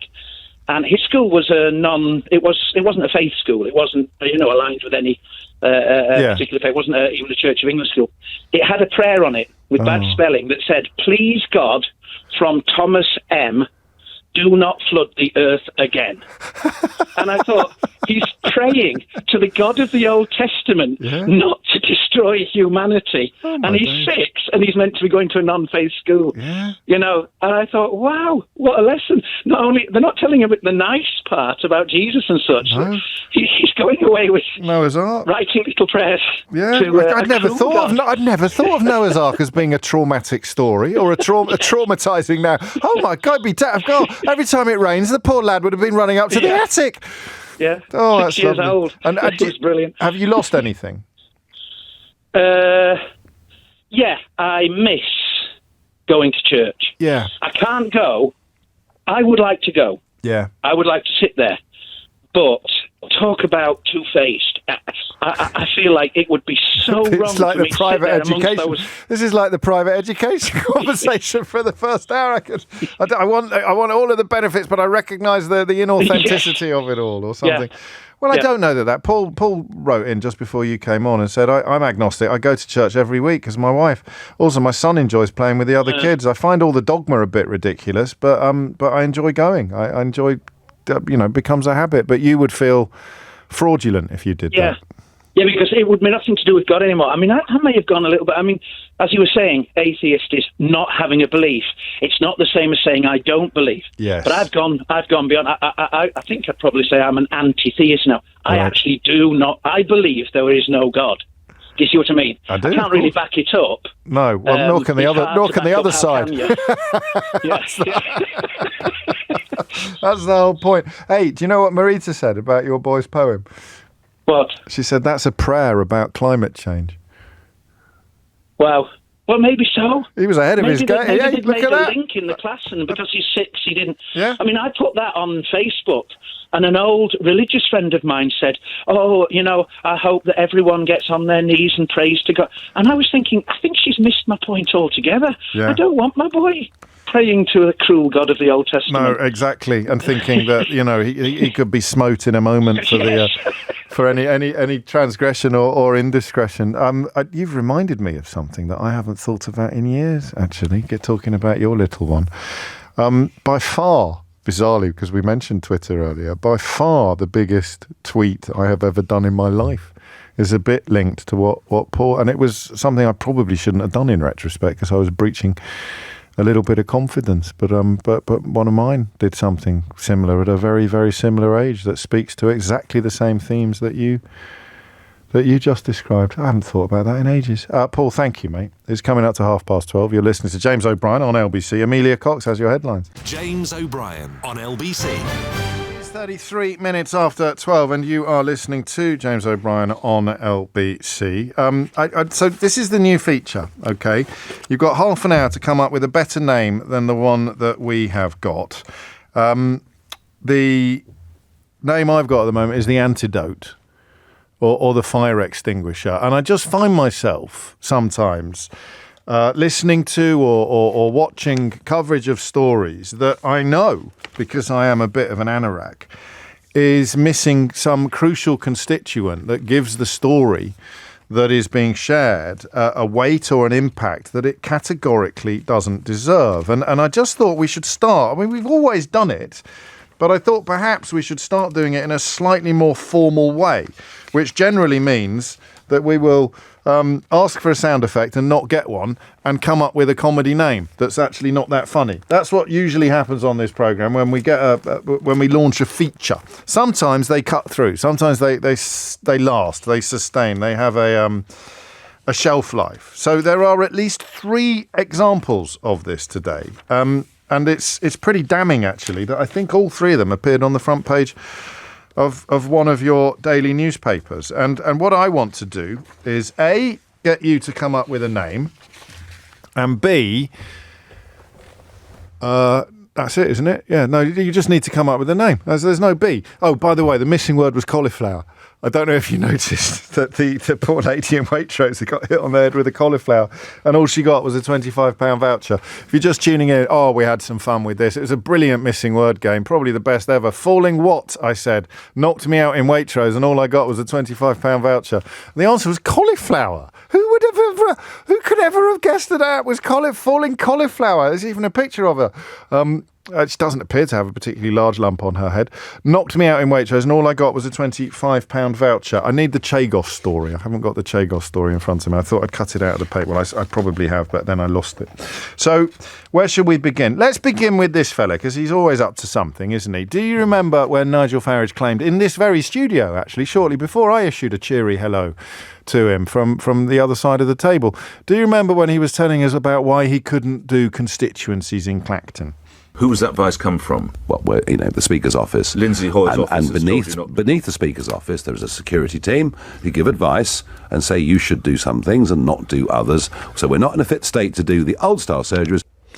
I said to a colleague, immediately that happened, I said, could you get onto the Speaker's office, please, and just establish that that's not true? And we did. But yesterday, credit to the Press Association for actually asking Farage himself. Chris McKeon, Press Association. Nigel, a few weeks ago you said that the Speaker's Office and the Parliamentary Security Team had given you advice not to hold in-person constituency surgeries. Speaker's Office says this didn't happen. Parliamentary Security can find no record of such advice being given. Which one of you is lying? The Speaker's Office is always right. Thank you. Which one of you is lying? Couldn't even give a straight answer to that question. So yesterday he chose the first anniversary, of course, of the October the 7th terror attack in Israel to launch an attention-seeking nonsense about what they like to call two-tier policing. You'd think that Farage would have learnt the dangers of casting aspersions upon policing in this country, given what happened last time he did so, but apparently not. So claiming that there is some sort of mystery about the lack of prosecution of 2 men involved in an incident with police that has been broadcast on CCTV video. I told you some time ago that quite a few people had asked me about this, and so I'd done what I always do in such situations and asked an expert. I asked on this occasion a very well-known criminal, a very experienced criminal barrister to tell us what was going on, and he said that the file would almost certainly have been handed to the CPS. The police would have concluded their investigation. It's very complicated, not least because there's also some CCTV footage that appears to show a police officer attacking one of the men involved in the incident, and no charges had been brought, quite possibly because there'll be a police investigation into the actions of the police as well. So there's absolutely no mystery here. However, I came this morning I came across some coverage which completely missed out the following statement from Greater Manchester Police. We have passed a file to the Crown Prosecution Service in mid-August. So the CPS is now. So someone is popping up, attacking the police for not having brought charges against someone, which is not a decision that the police make. And the file was given to the Crown Prosecution Service in mid-August. They added, "We've avoided providing ongoing commentary on the case, including releasing footage, to ensure that justice can be served without the risk of prejudicing proceedings." Now, that paragraph should be in all the news coverage. Indeed, it was in all the news coverage at midnight last night. All of it. And yet quite extraordinary to come across people pretending either that wasn't included in all the news coverage or that it was something that you might be unaware of. So Nigel Farage doing what Nigel Farage always does. So that's one example of the antidote. So the rest of the media presents a story in a disingenuous or even dishonest way, and we come with the truth. We come with the facts. What are we going to call this feature? Because there's another one. There's a quite extraordinary story, also inevitably perhaps, on the front page of the Telegraph, warning that 1 in 5, is it? I mean, a huge proportion of millionaires, a fifth of UK millionaires are about to be driven out of the country. So you read that and you think, gosh, that's bad. Where did that story come from? And it then says, if you read further into it, research from the Adam Smith Institute think tank. So this is what suggests millionaires are leaving because of increased day-to-day taxation. Now, the Adam Smith Institute is one of those opaquely or secretly funded organisations that gravitate around Tufton Street in Westminster and refuse or fail to disclose who their sponsors are, who actually pays their wages. Would you believe that in 2012, the man that actually founded the Adam Smith Institute wrote the following: "We slipped easily into working with the IEA, the CPS and the National Federation of Small Businesses. It was a huge help that we had some press support. The Telegraph sketch writers were very much on side, as were the leader writers from the Telegraph, the Times, the Daily Mail and others. We had hardly any friends in radio or television, however." Goodness me, how that has changed. And this is what he describes his work as. This is Madsen Piri, president of the Adam Smith Institute, and a quote entirely missing from all the coverage today, claiming that 1 in 5 millionaires are about to leave the country as a consequence of as yet unannounced Labour economic policies. "We propose things which people regard as being on the edge of lunacy," said Madsen Piri. "The next thing you know, they're on the edge of policy." So the idea that is a news story rather than a optimistic punt from an opaquely funded organisation in the environs of Westminster's Tufton Street is, well, I let you reach your own decisions about what we should call this new feature. And then the other story is about Chagos, which has been covered in incredible detail all over the place. You'll be aware of this. The last Conservative government started negotiations with which the Chagos Islands would be surrendered, if you like that kind of language, to Mauritius. And it was claimed, I think, again on the front of the Telegraph or possibly the front of the Times, that this was infuriating America and that Joe Biden would be, and the article didn't mention the statement from Joe Biden. I heard again some coverage on television and radio, not mentioning a statement from the actual White House applauding and welcoming the decision that we were being told by some elements of the UK media was an absolute disaster. And fair play to Tony Diver, the US editor of The Telegraph, because it is the newspaper that is home to way more unhinged headlines than any others. But some of the men and women working on the news side of the operation still do extremely good work. Well, it turns out that Joe Biden actually put pressure on the UK to give up the Chagos Islands because they were worried about the airstrip on Diego Garcia, the Diego Garcia air base. So under the deal, Mauritius takes control of the islands, but Britain and the US rent the base for another 99 years. So far from it being something that annoyed our allies in America, as the Times claimed, it was something that they were actually instrumental in helping to bring about. So what are we going to call this feature? Marita says you could call it The Truth. I don't know that that's catchy enough. I wanted to call it The Antidote, but Eleanor thought that was a bit pompous. She came up with The Fire Extinguisher, which I just thought was rubbish. So at the moment, I'm going with The Antidote. But what sound effect could you have for an antidote? It'd just be weird, wouldn't it? Like the sound of a syringe. So, yeah. So what are we going to call it? Headline Histrionics from Andy. It's not The Truth Files. Pest Control. Pest Control's quite good. No? We don't like pest control? You don't like anything. The Actuality. I'm not saying that, JW, and I know exactly what you were trying to get me to say out loud by putting those. The Lighthouse. Guffbusters. Guffbusters. Do we like Guffbusters? Guffbusters works for me. There's quite a lot of suggestions coming in. The Bonkers Debunkers suggests. Anyway, thank you. We'll keep an eye on this and we will work our way through it. The favourite so far, Misinformation. And that's from Cameron. That's pretty strong. And that was the other irony about what Farage was up to yesterday. He was supposedly talking about misinformation. Spoiler alert, there hasn't been any, while actually indulging in or being busted for misinformation of his own. Spoiler alert, nobody told him not to have constituency service surgeries in Clacton. Joe Cox's sister Kim has constituency surgeries in her old constituency up in Batley.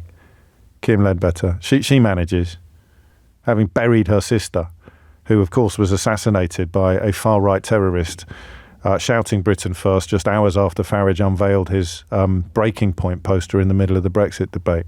So she can manage constituency surgeries, but Farage wanted you to believe that he'd been told not to by parliamentary authorities. Let me just remind you exactly what happened when the Press Association asked him about the truth of those claims that he made in this studio just a couple of weeks ago. Chris McKeon, Press Association. Nigel, a few weeks ago you said that the Speaker's Office and the Parliamentary Security Team had given you advice not to hold in-person constituency surgeries. Speaker's Office says this didn't happen. Parliamentary Security can find no record of such advice being given. Which one of you is lying? The Speaker's Office is always right. Thank you. James O'Brien on LBC. Lovely suggestions coming in. Truth bomb. The truth gets its trousers on. Alternative truths. Outliers. Barry says a propaganda at the propaganda. Get it? We'll return to that tomorrow with a selection and a shortlist and possible suggestions for sound effects. But what I want you to do, I've got a folder.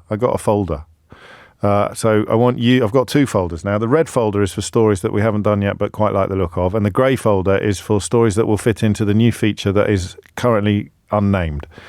And so I want you to suggest things to me that need to be included in the unnamed feature.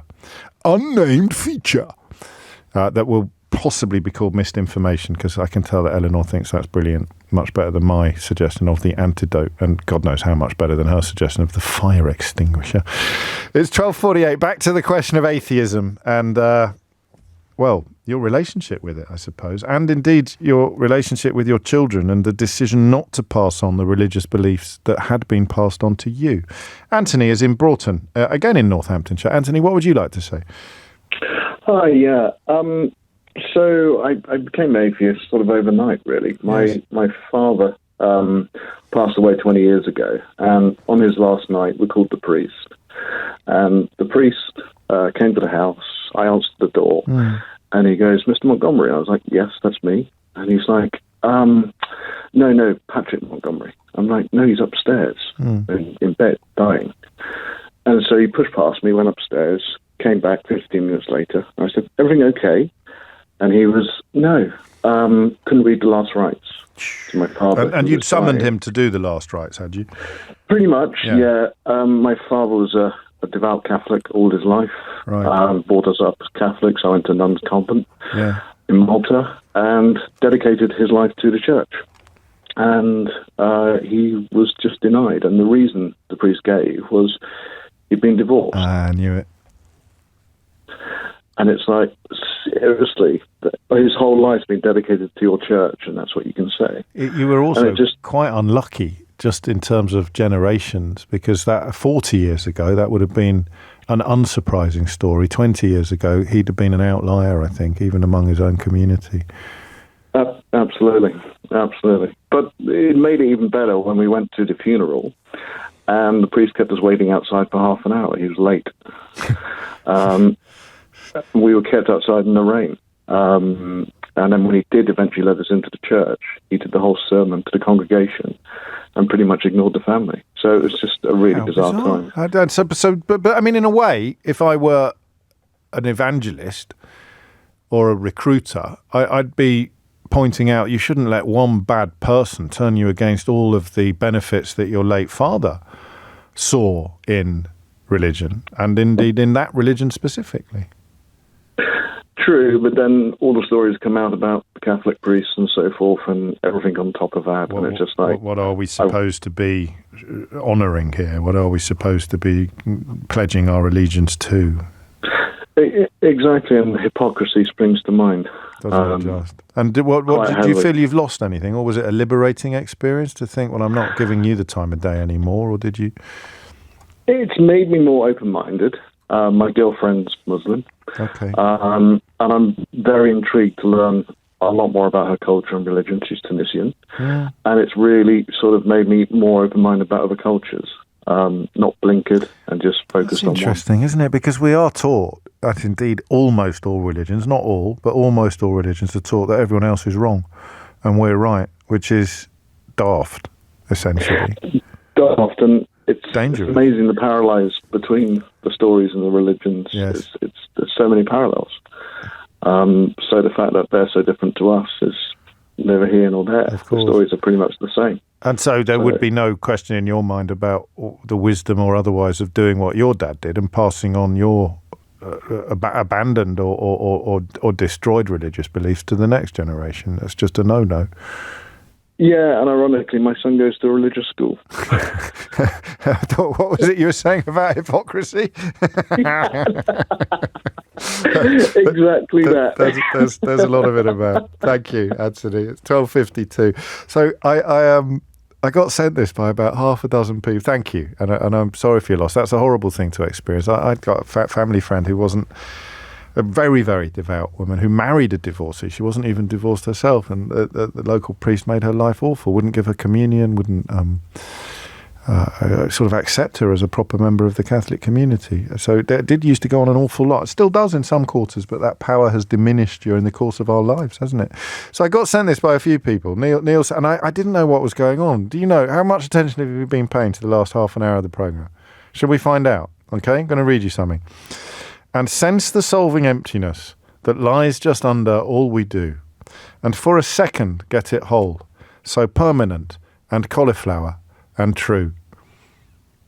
I'm not going to explain that. I'm just going to say thank you to everybody who sent in variations on that gag, including Eleanor, the producer, who put it on my screen, and I was completely confused by what was going on. I had absolutely no... In fact, I had to just ask before I spoke to Anthony, why does everyone keep sending me this line about so permanent and cauliflower and true? If you know, you know. If you don't, just listen back on Global Player to the last half an hour of the programme and see if you can work it out, okay? Ruxana is in Birmingham. Ruxana, what made you pick up the phone? Your call about atheism. Yes. And I'm a secret atheist. I was brought up as a Muslim. You know you're on the radio, don't you? Yes, no, I'm no longer it's no longer a secret. You can play that again. Go because on. I do see the humour of it, yes, really. Of because I do enjoy all the sort of rituals. I love Ramadan. Yes. But I'm still an atheist. Yes. But I can't openly say that. It's just... To your family, to your closest community, yes. Exactly. It's too offensive for them. So, but it's not... It doesn't cause me any sort of discomfort. What happened? What happened? Can you remember? I think I was brought up in very much an Islamic woman way of life, which is fine, but it wasn't for me. Okay. And I wanted to explore and see the world and live differently. And the rationale for some of the privations in all religions, particularly for women, is that this is what God wants. Exactly. Yeah. And it seemed, sorry to say it like this, but it seemed a little bit ridiculous to me. That's the only way I can. No disrespect. No, but when did it start to seem a little bit ridiculous? Not at primary school, or a bit later, or when? When I wanted to, when you're at school and the teachers talk to you about what you want to do, and I talk about, well, I want to work in fashion. Yes. And that didn't seem to mix well with following the religious path that was set out for me. Okay. And yet I'm being encouraged to pursue my education and my career development, which fortunately I did, but I couldn't do that and I have to use the word restrictions. Of course, there's nothing wrong with that word, but I understand your sensitivity. How much did God come into it? How much did you find yourself thinking, I'm pretty sure that if there is a God, this isn't what he wants for me? Or did you think, I'm pretty sure there isn't a God, or I don't think there's a God? Right. I think it was, well, when I looked at my examples of how I was being brought up, that, okay, yes, you're constantly telling me there is a God and we have to do what God expects from us. Yes. However, on the other hand, there are other things that I find really wrong. Yes. As in unethical. Yeah, of course. The way people backchat, the way they treat others. And I just sort of based how I live my life on being a good human. And I didn't quite understand where God came into that for me. And roughly how old were you when this happened, if you don't mind me asking? Oh, no, I don't mind. I reckon I was probably going into college, so about 17, 18. And then it took I bet a lot of people are in a similar place. They just haven't given as much energy to thinking about it that you have. They're just, I'll just crack on with it. What's the point of causing any problems? I don't need to formalise my thinking. I'll just go along with the flow. But somewhere inside it all feels a bit iffy. But you wanted more than that. You wanted to philosophically stamp something. Yes. Yeah, I wanted to understand hang on, I needed to understand how to think for myself. And that it's okay to do that. Yeah. There it is. Yes. Yeah. Just figure it out for myself. And lots of people with faith listening will say it's not mutually exclusive. You can figure stuff out for yourself and still believe in God, and they're right. Yes. It's just but it wasn't for you. My path was different. Well, it's a good job you've never told anyone then, isn't it? Exactly. It's a big secret. Don't tell anyone, James. Hang on. I'm just talking to everyone else listening now. All right, all 1.4 million of them every week. Don't mention Ruxana's religious journey. All right. Exactly. It's only because I trust you, James. I thought I can share it with you. That is a relief. I might tell Sheila, but I won't tell anybody else. You can tell Sheila. I love her too. There we go. It's coming up to 12:59. You've been listening to James O'Brien on LBC. And indeed, that is probably the best advertisement ever for Global Player. The bit I was doing just before Ruxana came on. You want to work out why that line about so permanent and cauliflower and true was A, so funny, and B, completely confused me, then you will be able to work it out by listening back to the last half hour of the programme. But not until Sheila's finished. Because if you missed any of today's show, you can listen back on Catch Up on Global Player, where you can also pause and rewind live radio, as well as listen to a range of podcasts. So do download it now for free from your app store or head to globalplayer.com. Tom Swarbrick will be with you at 4, but now it's Sheila Fogarty. James O'Brien on LBC.